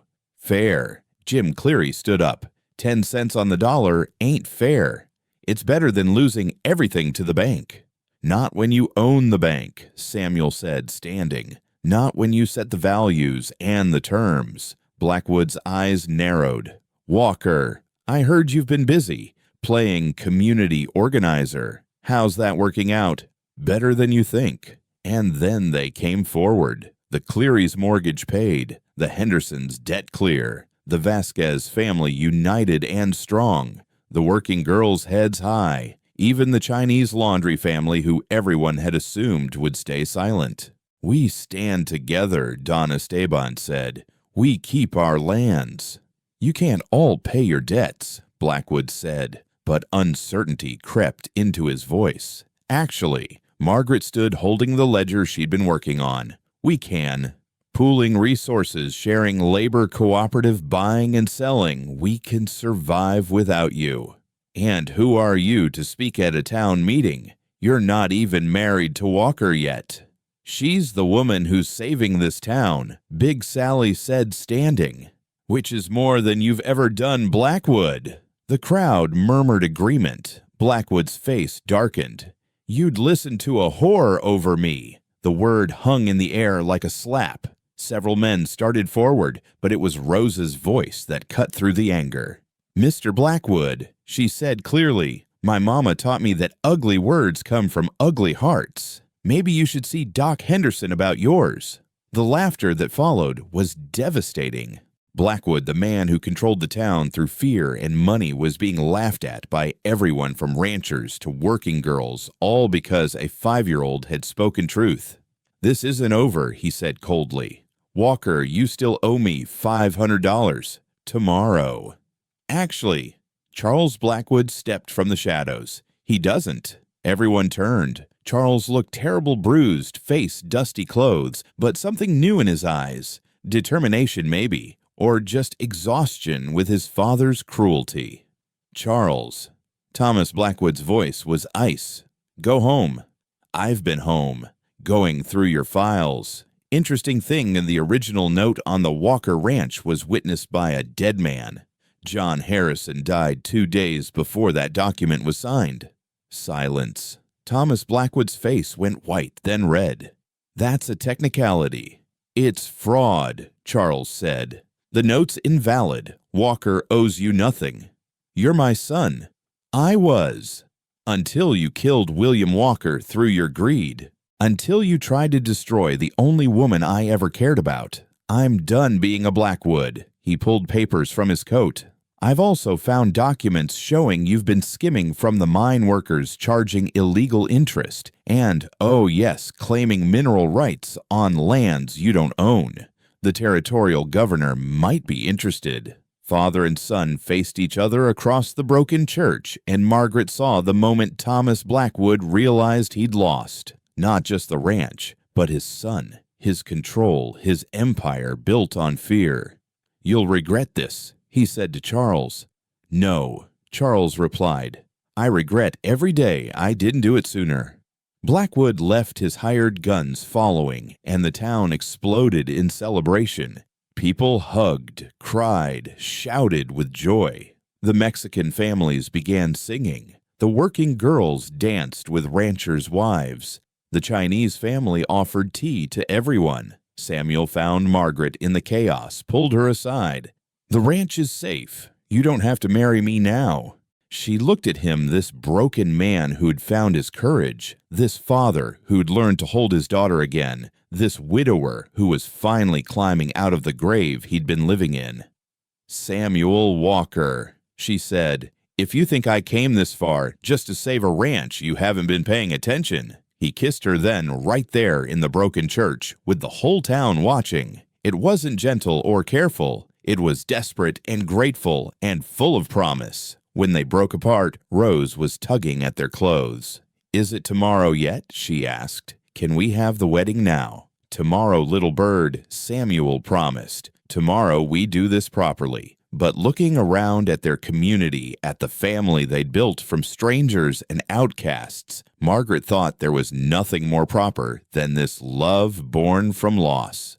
Hope rising from ashes, and a child's faith that angels sometimes come in dust storms. Tomorrow would bring the wedding, but tonight they'd already become family. The wedding day dawned wrong. Margaret knew it the moment she opened her eyes to an unnatural red sky, the air thick and metallic tasting. The animals were restless horses whinnying in the barn, chickens refusing to leave their roosts. Even the mountains looked different, hazed with something that wasn't quite smoke. "Storm coming," Miguel said when she stepped onto the porch. He was studying the horizon with the intensity of a man who'd learned to read weather like scripture. But not rain, something else. Samuel emerged from the barn, and Margaret saw the worry etched in his face. "The cattle are spooked. They're bunching up facing south." "Fire?" Margaret asked. "No smoke smell, but the wind." He held up his hand, feeling the air. "It's too still, like the earth's holding its breath."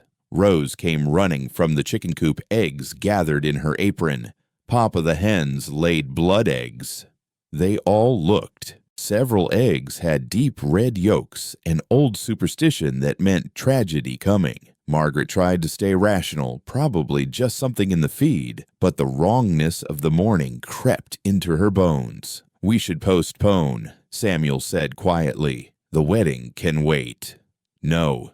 Margaret surprised herself with the firmness. "We've come this far. Whatever's coming, we face it together, as family."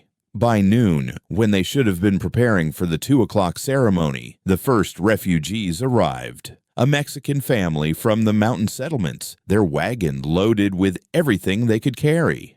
"Fire," the father gasped, accepting water from Margaret. "Started in the northern mines. The whole mountain's burning, moving fast with this wind." "How fast?" Samuel demanded. "It'll hit the valley by nightfall, maybe sooner." Margaret's blood chilled. Fire in this drought-stricken land would be devastating. The town, the ranches, everything would be consumed. "We need to warn everyone," she said. "They're gathering for the wedding," Samuel started. "Then we'll warn them there. Miguel, ride to the outer ranches. Tell them to drive their livestock to the creek bottoms. Rose, help me load the wagon with all the blankets and medical supplies we have." "What are you doing?" Samuel asked. What Anne would do. what this community needs. We're going to fight this together." They arrived at the church to find it decorated with wildflowers, the whole town in their best clothes. The joy on people's faces turned to alarm when they saw Samuel and Margaret's expressions. "Fire's coming," Samuel announced without preamble. "From the north. We've got maybe 4 hours before it hits." Panic rippled through the crowd, but Margaret stepped forward. "Listen, we can save the town, but only if we work together." Mrs. Henderson organized the women to soak every piece of fabric we can find. "We'll need wet blankets for beating back spot fires. Jim Cleary, you and the men start digging fire breaks around the buildings. Don Esteban, can your vaqueros drive the livestock to safety? See, but the fire will jump the breaks if the wind rises. Then we make our stand at the creek," Samuel said, understanding flooding through him. "It's the only natural barrier. We soak the ground on this side, let the fire burn itself out against the water." "That means abandoning everything north of the creek," Tom Henderson pointed out. "Half the town." "Buildings can be rebuilt," Margaret said firmly. "Lives can't." Big Sally and her girls stepped forward. "We'll evacuate the north side. We know every room, every hidden bottle, every secret stash. Nothing valuable gets left behind." The church silver, Reverend Morrison began. "We'll melt just as fast as tin," Sally said bluntly. "Save people, Reverend. Let God worry about the silver." Charles Blackwood appeared, his fancy clothes replaced with work clothes. "My father's men are fleeing, but his equipment shovels, axes, water wagons. They're just sitting there." "That's theft," someone said. "That's survival," Charles countered. "I'll take responsibility." The next 3 hours were controlled chaos. Men dug trenches and fire breaks with desperate efficiency. Women and children hauled water from the creek, soaking the ground, the walls, anything that might burn. The working girls ran through the evacuated sections, saving what they could: family photographs, marriage certificates, the small, irreplaceable things that made houses homes. Margaret worked beside Samuel, their wedding clothes replaced with whatever would protect them from the coming inferno. As they dug, she saw him watching the horizon where smoke was beginning to tower into the sky. "My parents died in a fire," he said quietly. "House fire while William and I were at school. Came home to nothing but chimneys and char." "Samuel, I swore I'd never watch anything burn again that I could save. But this." He gestured at the advancing wall of smoke. "This is too big." "No," Margaret said fiercely. "Nothing's too big when we stand together. Your parents faced that fire alone." "We won't." Rose ran up, her face smudged with soot. "Papa, the Vasquez children are scared. They won't leave their house." Without hesitation, Samuel ran toward the endangered section. Margaret followed, finding 3 young children huddled in a corner, crying for parents who were fighting the fire. "Come on, little ones," Samuel said gently, his voice soft in a way Margaret had never heard. "Let's play a game. We're going to pretend we're crossing a river and I'm the boat." He lifted the youngest, motioning for the others to hold on to his belt. Margaret took the middle child's hand, and together they led them to safety, Samuel making boat noises that turned their tears to uncertain giggles. "You're good with children," Margaret said as they delivered them to their grateful parents. "Anne always said I would be if I let myself." He looked at her soot-streaked and exhausted. "I want more children, Margaret, with you, if we survive this." "When," she corrected. "When we survive this." The fire hit the northern edge of town at 4 o'clock. The abandoned buildings went up like torches, the heat so intense it could be felt at the creek a quarter-mile away. The smoke turned day to night, and burning debris began falling like hellish snow. "Hold the line," Samuel shouted as people began to panic. "Stay wet, stay low, stay together." The fire break held at first, but then the wind shifted, gusted, and burning embers flew over their defenses. Spot fires erupted everywhere. Margaret found herself beating at flames with a wet blanket, her arms screaming, lungs burning from smoke. Beside her, Mrs. Henderson collapsed, overcome by heat. Margaret dragged her to the creek, plunging them both into the shallow water. "Can't breathe," the older woman gasped. "Yes, you can. Anne would tell you to breathe, so breathe." Invoking Anne's name worked. Mrs. Henderson took a shuddering breath, then another. The main fire reached the creek just before sunset. The wall of flame was 60 feet high, a roaring monster that seemed to have its own evil life. The heat was unbearable. People screamed, horses bolted, and for a moment, Margaret thought they would all die there together in this doomed stand against nature's fury. Then the impossible happened. Rain. Not a drizzle, not a shower, but a deluge. The kind of rain that hadn't fallen in 3 years, that turned dust to mud in seconds, that hissed against the flames like the earth itself was fighting back. "Rain!" Rose shouted, dancing in the sudden downpour. "It's raining!" People fell to their knees, crying, praying, laughing. The fire fought the rain steam rising in great clouds, but water was winning. The flames that had seemed unstoppable began to falter, shrink, die. Samuel found Margaret in the chaos, pulled her against him. "You did this," he said against her ear. "You brought us together, made us strong enough to stand until the miracle came." "We did this," she corrected, then kissed him hard, tasting smoke and rain and hope. But the crisis wasn't over. As the fire died and the rain continued, new dangers emerged. The Vasquez barn collapsed, trapping Don Esteban. Without thinking, Samuel and Charles Blackwood ran toward it together, these former enemies now united in rescue. They pulled the old man free just as the rest of the structure fell. Don Esteban was badly burned, unconscious. Maria, 2 horses, appeared as if from nowhere, her medical bag in hand. "Get him to the church," she ordered. "What's left of it? I need space to work." The next hours blurred together. Maria and Margaret worked side by side, treating burns, smoke, inhalation, exhaustion. The church became a makeshift hospital, with the working girls turned into nurses, bringing water, holding hands, singing softly to crying children. "You have healing hands," Maria told Margaret as they bandaged a child's burned arm. Anne saw that in her vision. Anne saw me. She saw a teacher who would become a mother, a stranger who would become the heart of this place. She saw you saving them all. "I didn't save anyone. The rain."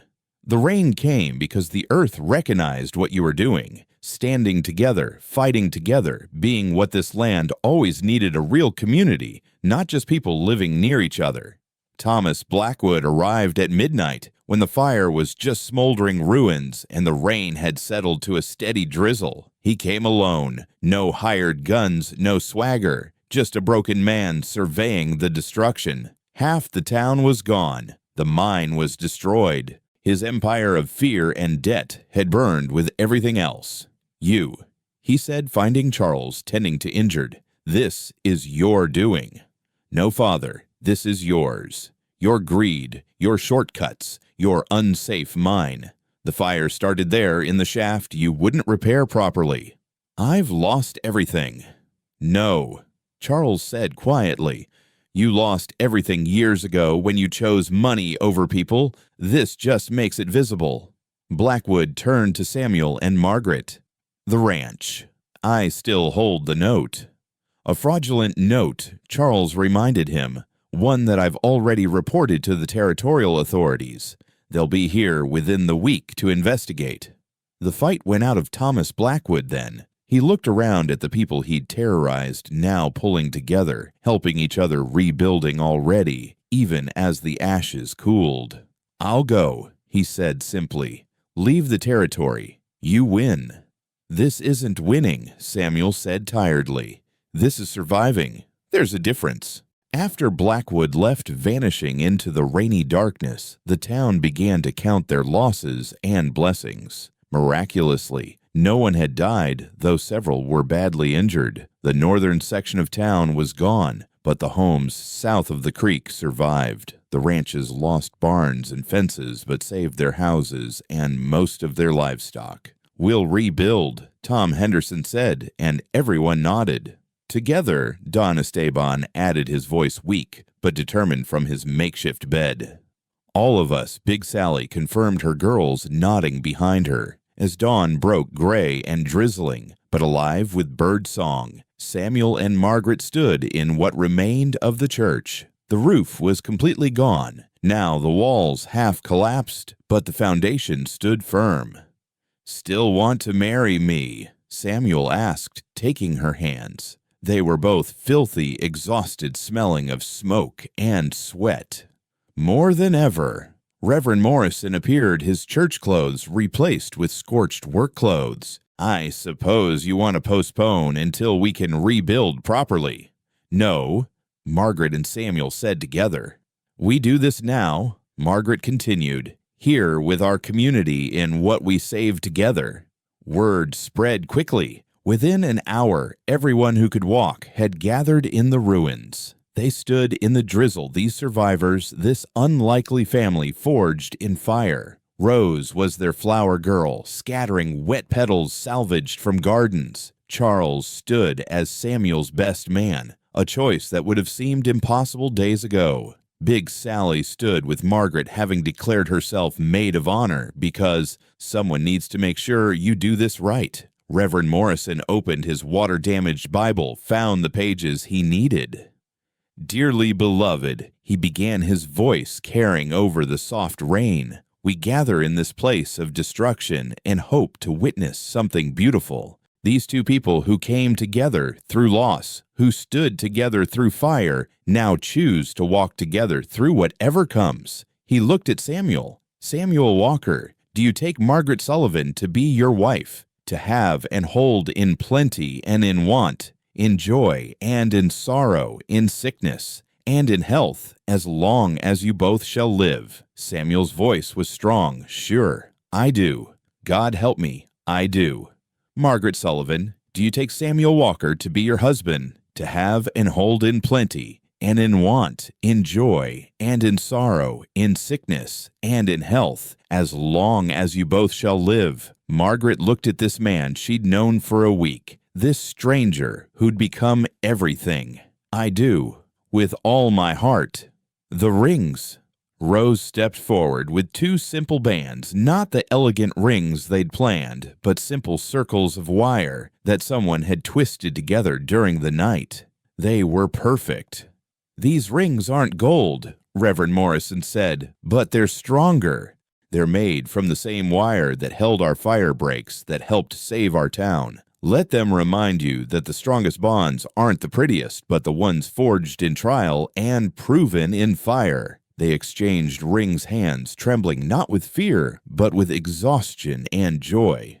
"By the power vested in me by God and the territory of New Mexico, I pronounce you husband and wife. Samuel, kiss your bride." He did softly at first, then deeper as the crowd erupted in cheers. The rain increased, washing the soot from their faces, and Margaret thought she'd never been happier than in this moment, in this ruined church, with these brave people marrying this complicated man.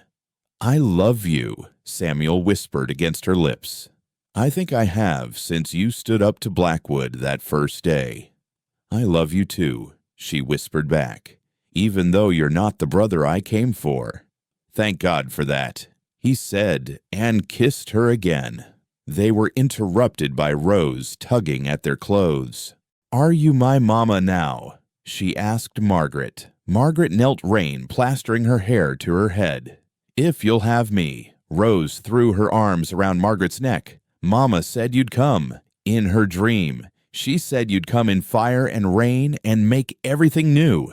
Over Rose's shoulder, Margaret saw Maria Two Horses watching, smiling. The old woman nodded once, then disappeared into the crowd. As the community began to disperse, making plans for rebuilding, for surviving, for thriving, Charles approached the new couple.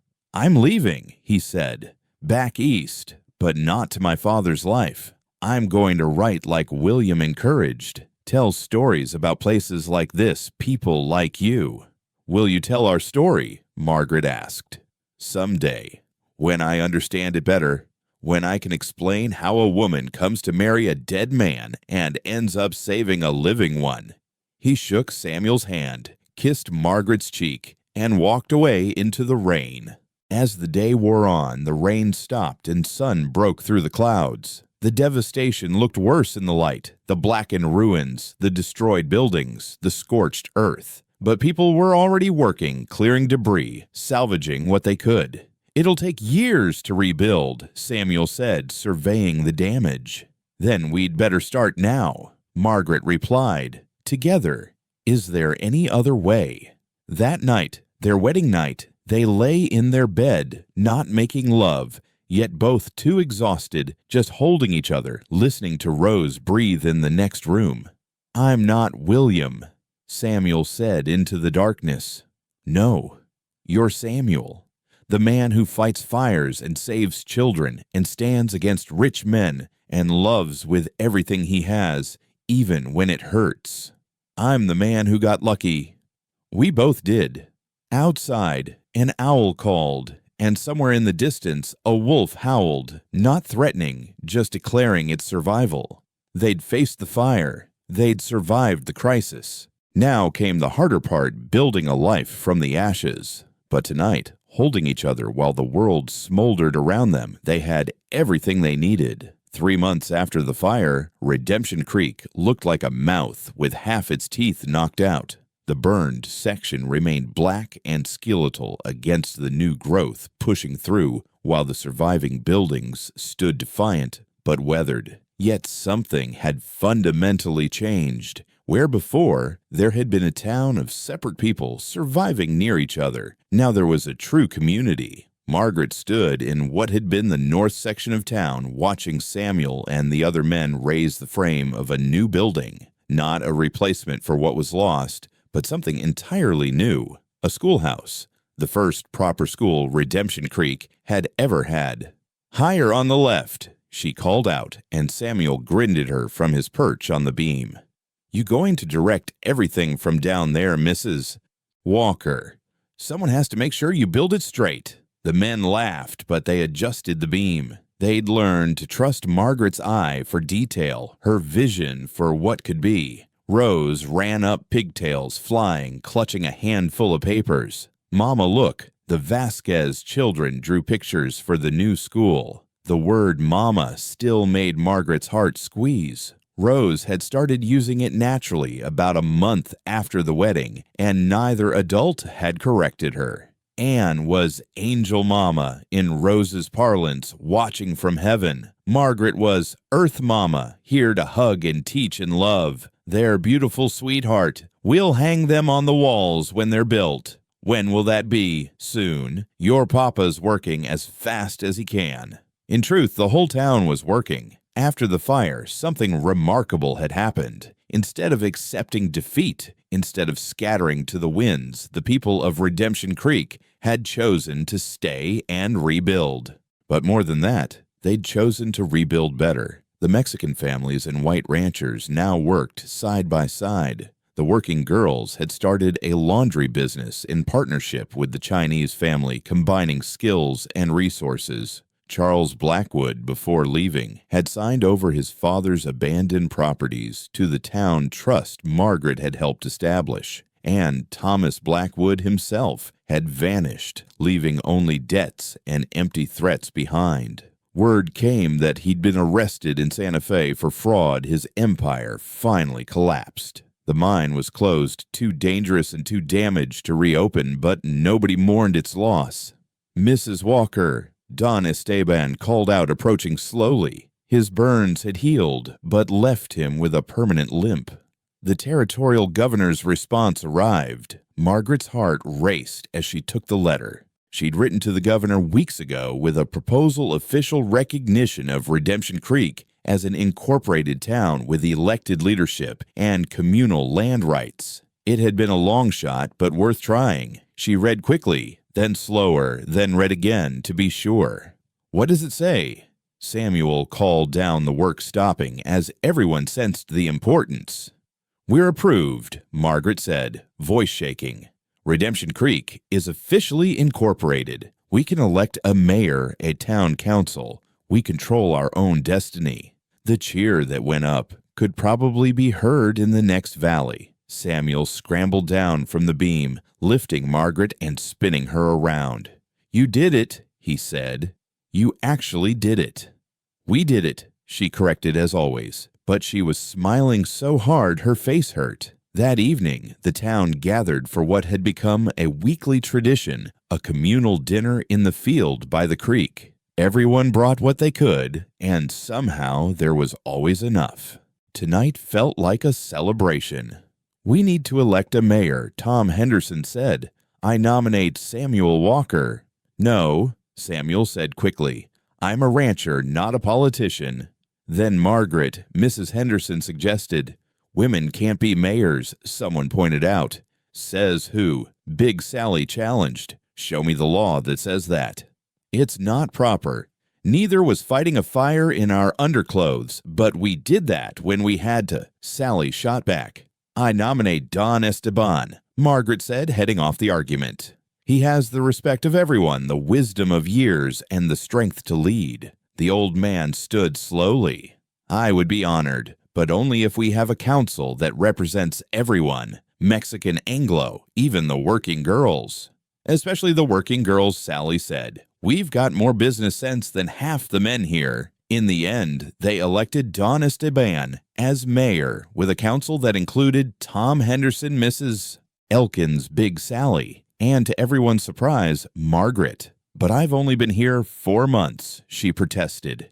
"You've been here when it mattered," Don Esteban said simply. As the evening wore on, stories began to flow. Maria Two Horses, who rarely spoke at these gatherings, stood.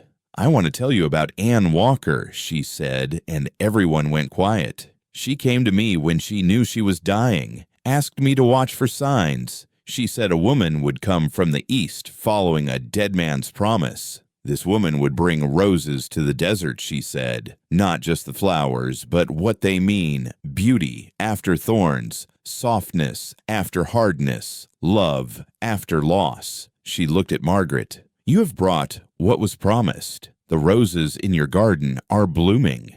It was true. Against all odds, the roses William had ordered had not just survived, but thrived. The garden was full of them, now red and pink and white, their scent carrying on the evening breeze.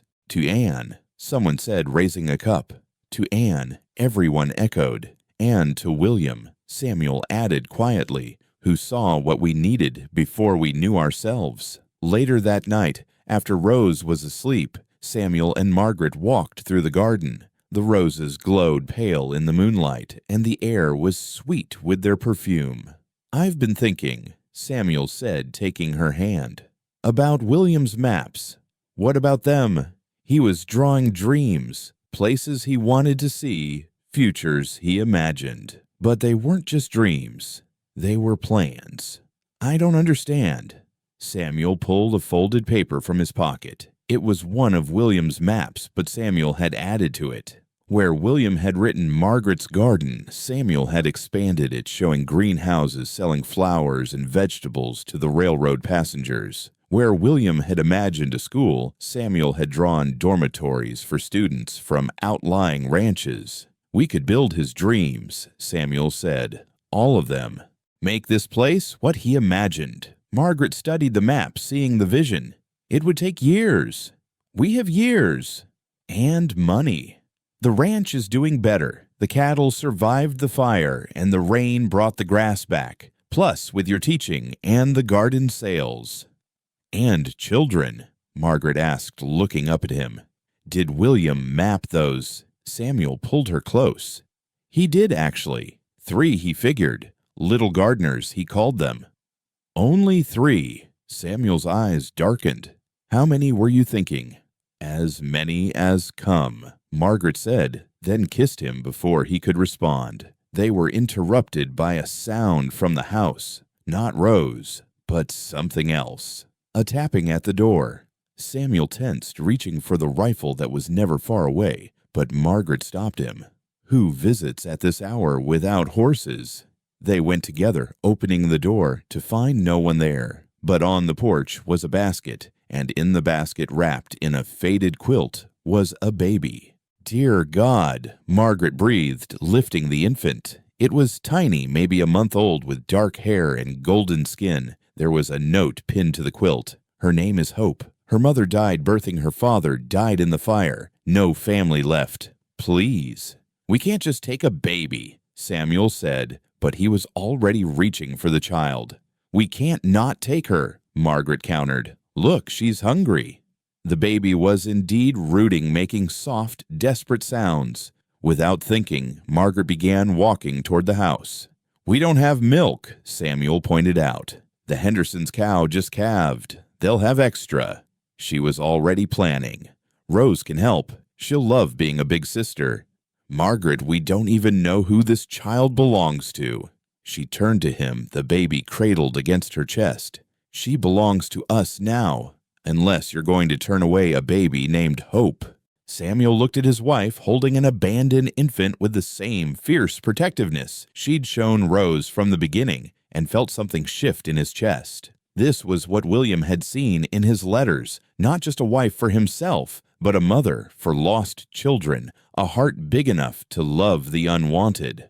"I'll ride to the Hendersons," he said. By morning, the baby was fed and sleeping, and Rose was enchanted. "Can we keep her?" she asked, barely breathing as she touched Hope's tiny fingers. "She doesn't have anyone else," Margaret explained carefully. "Like I didn't have a mama and you didn't have a home." The simplicity of it, the truth of it, made Margaret's eyes water. "Yes, sweetheart, exactly like that." "Then she's ours," Rose declared. "That's how families work. You find each other." Word spread quickly about the baby. Speculation ran wild about who had left her, but Don Esteban, in his first act as mayor, declared that it didn't matter. "The child is here. The Walkers will raise her. That's enough." Big Sally and her girls arrived with baby clothes they'd sewn in secret.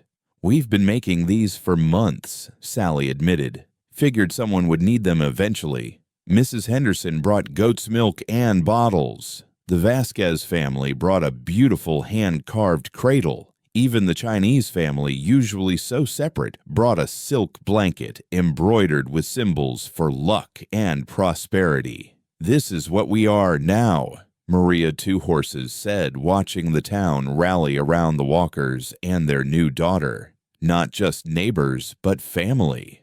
3 weeks later, another surprise. A letter arrived from Charles Blackwood, posted from New York. "Dear friends," Margaret read aloud to Samuel, "I've sold my first story to Harper's Weekly. It's about a town that burned down and chose to rise again, about people who discovered that the only thing stronger than fear is love. I've changed the names and some details, but the heart of it is true. The magazine wants more stories from the authentic frontier. I'm enclosing my first payment. Please use it for the school. It's what William would have wanted." The bank draft was for $200, enough to finish the school properly with real windows and a wood floor. "He's finding his own redemption," Samuel said quietly. That night, with both girls asleep, Rose in her bed, Hope in her cradle, Samuel and Margaret finally had time alone. They made love slowly, carefully conscious of the new life in the next room, but unwilling to deny themselves any longer. Afterward, lying tangled together, Samuel traced patterns on Margaret's bare shoulder. "Do you miss it?" he asked. "Boston, the life you had." "How can I miss something that was never really mine? I was a shadow there, existing in edges of other people's lives. Here, I'm the sun." "The sun," he repeated, smiling. William would have liked that. He always said you wrote like sunlight, all warmth and gold. "You read my letters that carefully. I memorized them, every word. Fell in love with you before you ever stepped off that train, if I'm honest." Margaret propped herself up on an elbow. "Then why were you so cruel?" "Because I was terrified. Here was this woman my dead brother had summoned, and she was everything he'd promised, and more. Smart, brave, beautiful. And I was just his broken older brother, holding on by my fingernails."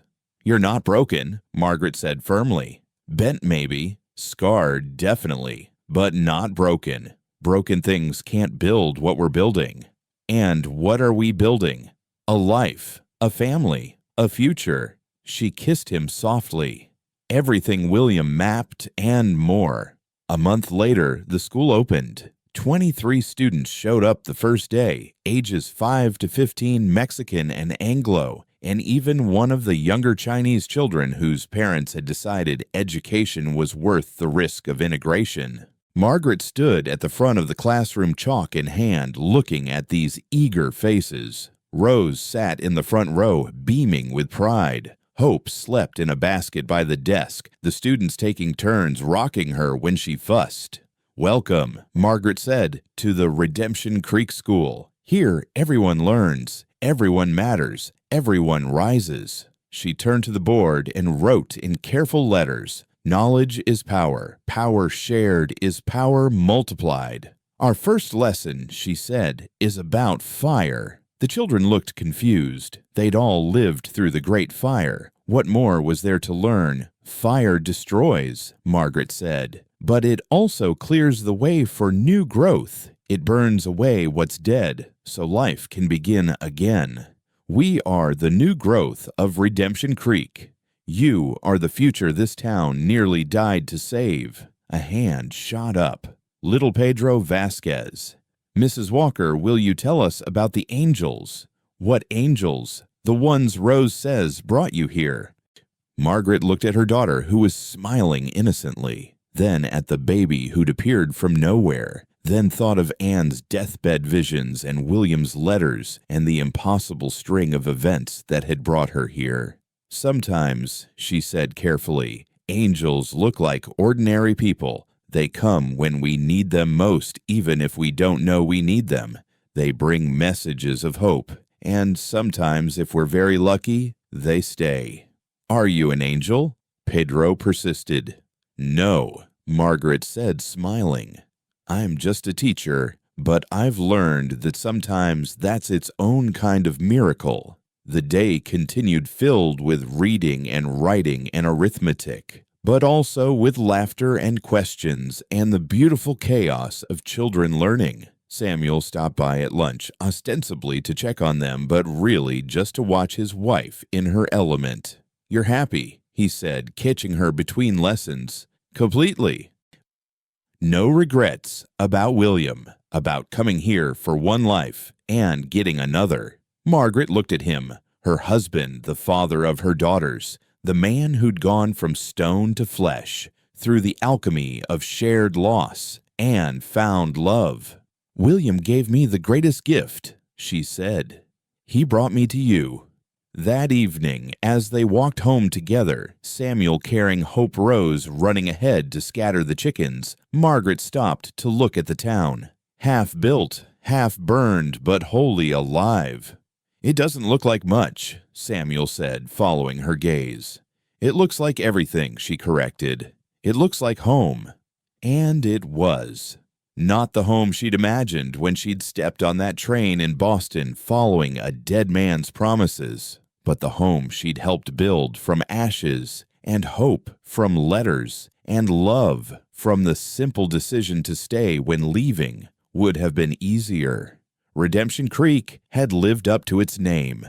They'd all been redeemed by fire, by community, by the choice to rebuild rather than retreat, and this was just the beginning. 5 years later, on an April morning that smelled of roses and possibility, Margaret Walker stood where the train platform had been rebuilt, stronger and wider than before. She wasn't waiting for anyone to arrive. She was seeing someone off.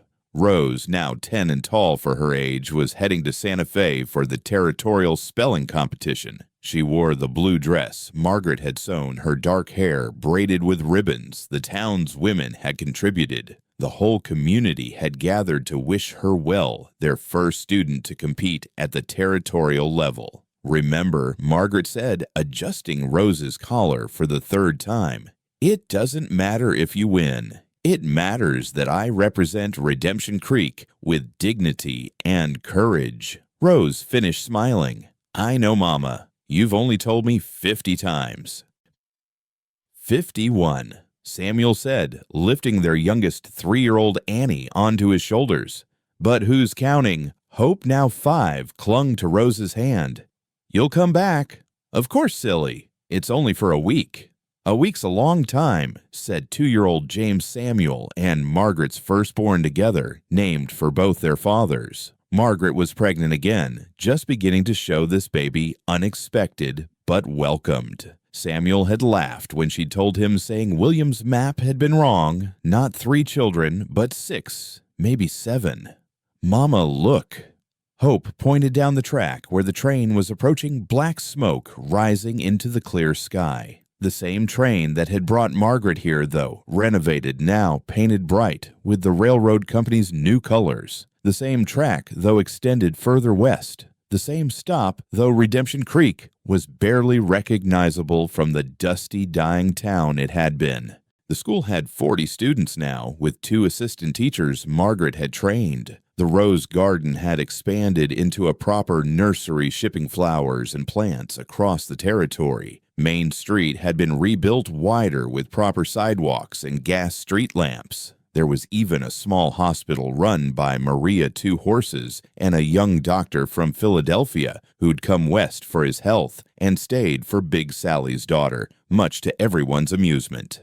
All aboard, the conductor called. Not the same man from 5 years ago he'd retired, but his son, who'd grown up hearing the story of the Eastern woman who'd stepped into a dust storm and changed everything. Rose hugged everyone, ending with Margaret.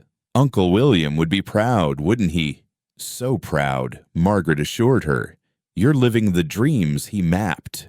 As the train pulled away with Rose waving from the window, Margaret felt Samuel's arm come around her waist, his hand resting on the slight swell of their new child. You all right? He asked softly, just remembering.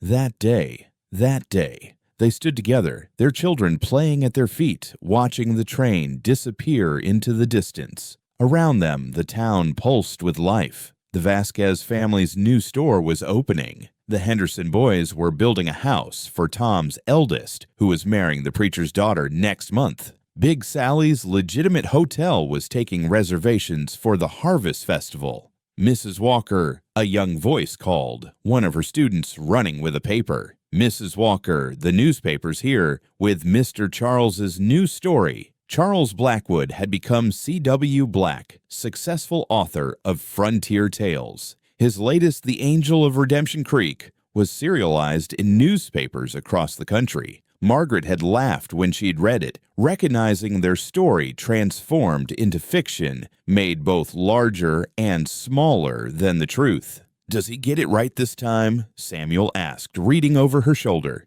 He never gets it quite right, Margaret said. Too much drama, not enough ordinary miracles.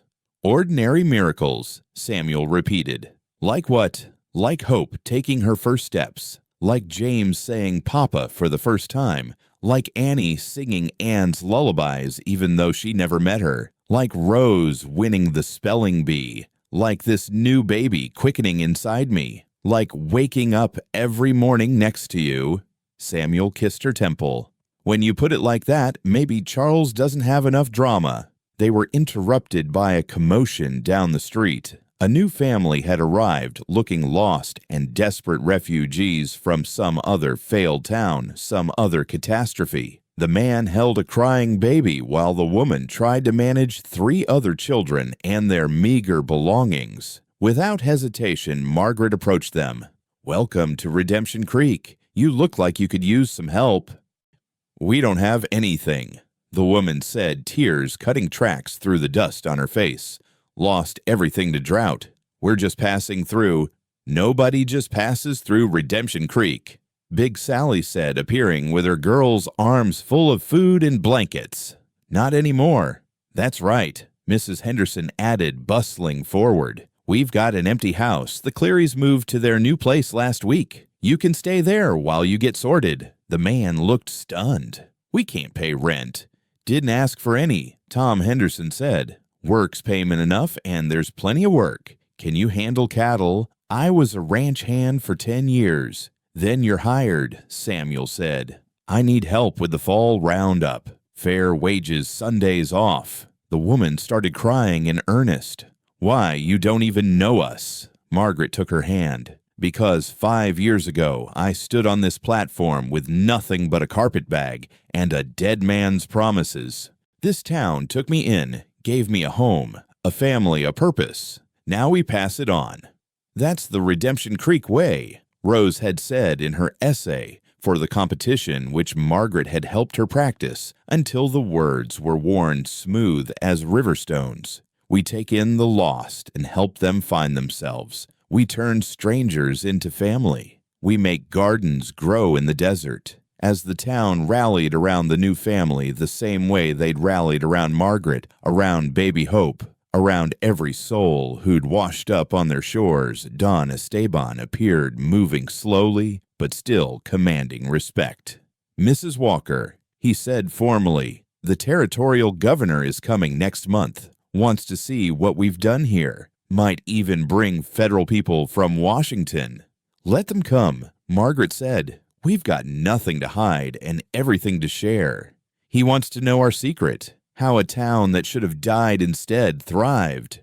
Margaret looked around at her community Mexican and Anglo former working girls and proper church ladies, Chinese merchants, and Apache healers all building something together that none could have built alone. Tell him the secret is there is no secret, just people choosing to see each other as human, choosing to share what they have, choosing to stay when leaving would be easier. That evening, the whole town gathered for dinner in the field by the creek, as they did every week. The new family sat in the middle, overwhelmed by the welcome their children already playing with the local kids. Samuel stood to make a toast, something he'd never done before the fire, but did regularly now. To William Walker, he said, raising his glass, who wrote letters to a stranger and brought us an angel. To Ann Walker, Margaret added, standing beside him, who saw the future in dreams and trusted us to build it. To Redemption Creek, the whole gathering chorused, to family. As the sun set, painting the mountains gold, just as William had promised in his letters, Margaret walked through the rose garden. The blooms were spectacular this year, every color William had ordered, and more, their perfume carrying across the whole town. She stopped at the 2 graves under the cottonwood tree. Samuel had finally been able to afford proper stones. Ann's reed, beloved wife, mother, and friend, her love lives on. William's read, dreamer, brother, matchmaker, his maps led us home. We did it, she whispered to them both. Not the way any of us imagined, but we did it. A small hand slipped into hers. Hope, her found daughter, looked up with those wise eyes. Mama, are you talking to the angels again? Just saying thank you. For what? Margaret looked at her daughter, at her husband playing with their children at the town, preparing for another shared meal, at the roses blooming impossibly in the desert. For the storm that brought me here, for the fire that forged us together, for the love that came from loss, for the family that chose itself. That's a lot to be thankful for. Yes, Margaret agreed. It is. As they walked back to the gathering, Hope asked, will you tell the story again about how you came here? Which version, the one where I was coming to marry Uncle William, the one where Papa was too stubborn to see what was right in front of him, or the one where you appeared in a basket like Moses? The real one, Hope said, the one with all the broken parts and beautiful parts mixed together. Margaret smiled. That's the only version worth telling. Later, as the stars came out and the children fell asleep in their parents' laps, and the old men told stories that grew taller, with each telling, Samuel pulled Margaret aside. No regrets. He asked their old question, their private ritual. None, she said, as she always did. You, just one. She looked at him surprised.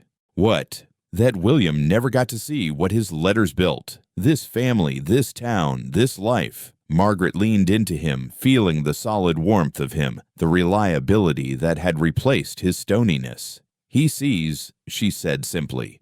Somehow, I know he sees. A wolf howled in the distance, not threatening, just declaring its presence. The same sound that had frightened her that first night was now just part of the landscape, a part of home. "Tell me," Samuel said, "if you could go back, knowing everything, would you still get on that train?" Margaret thought of her small, constrained life in Boston, the coldness of being unwanted, the invisibility of being unnecessary. Then she looked at what surrounded her, now love, purpose, family, community. "I would get on that train 1,000 times over," she said, "because every path, no matter how twisted, led me here, led me to you. Even though I'm the wrong brother." "No," she said firmly. "You're the right brother, the only brother, the one who was always meant to find me." They stood together, watching their town, their people, their family. Redemption Creek had earned its name 100 times over. They'd all been redeemed, not from sin, but from isolation, not from evil, but from indifference, not from death, but from the slow dying that comes from being alone. "Come on," Samuel said, taking her hand. "Let's go home." Home.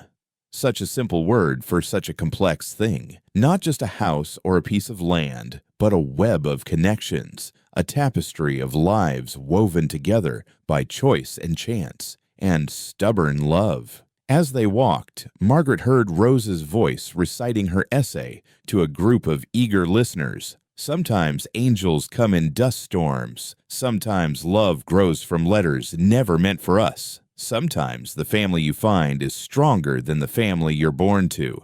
And sometimes, if you're very lucky, a place calls to you across thousands of miles and says, "Come home," even when you've never been there before. The message was clear, woven through every thread of their story. Love isn't about finding the perfect person or the perfect place. It's about choosing to build something beautiful from whatever broken pieces you're given. It's about staying when leaving would be easier.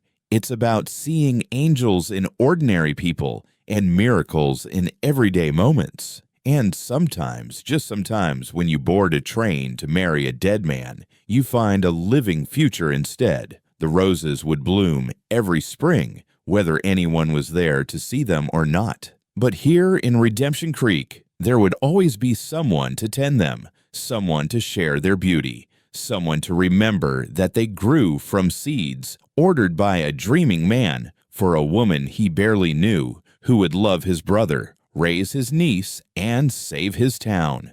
That was the real miracle, not that love had found a way, but that love had made a way through fire and storm, through loss and fear, through the simple daily choice to stay, to build, to hope. And in the end, that was enough. More than enough. It was everything.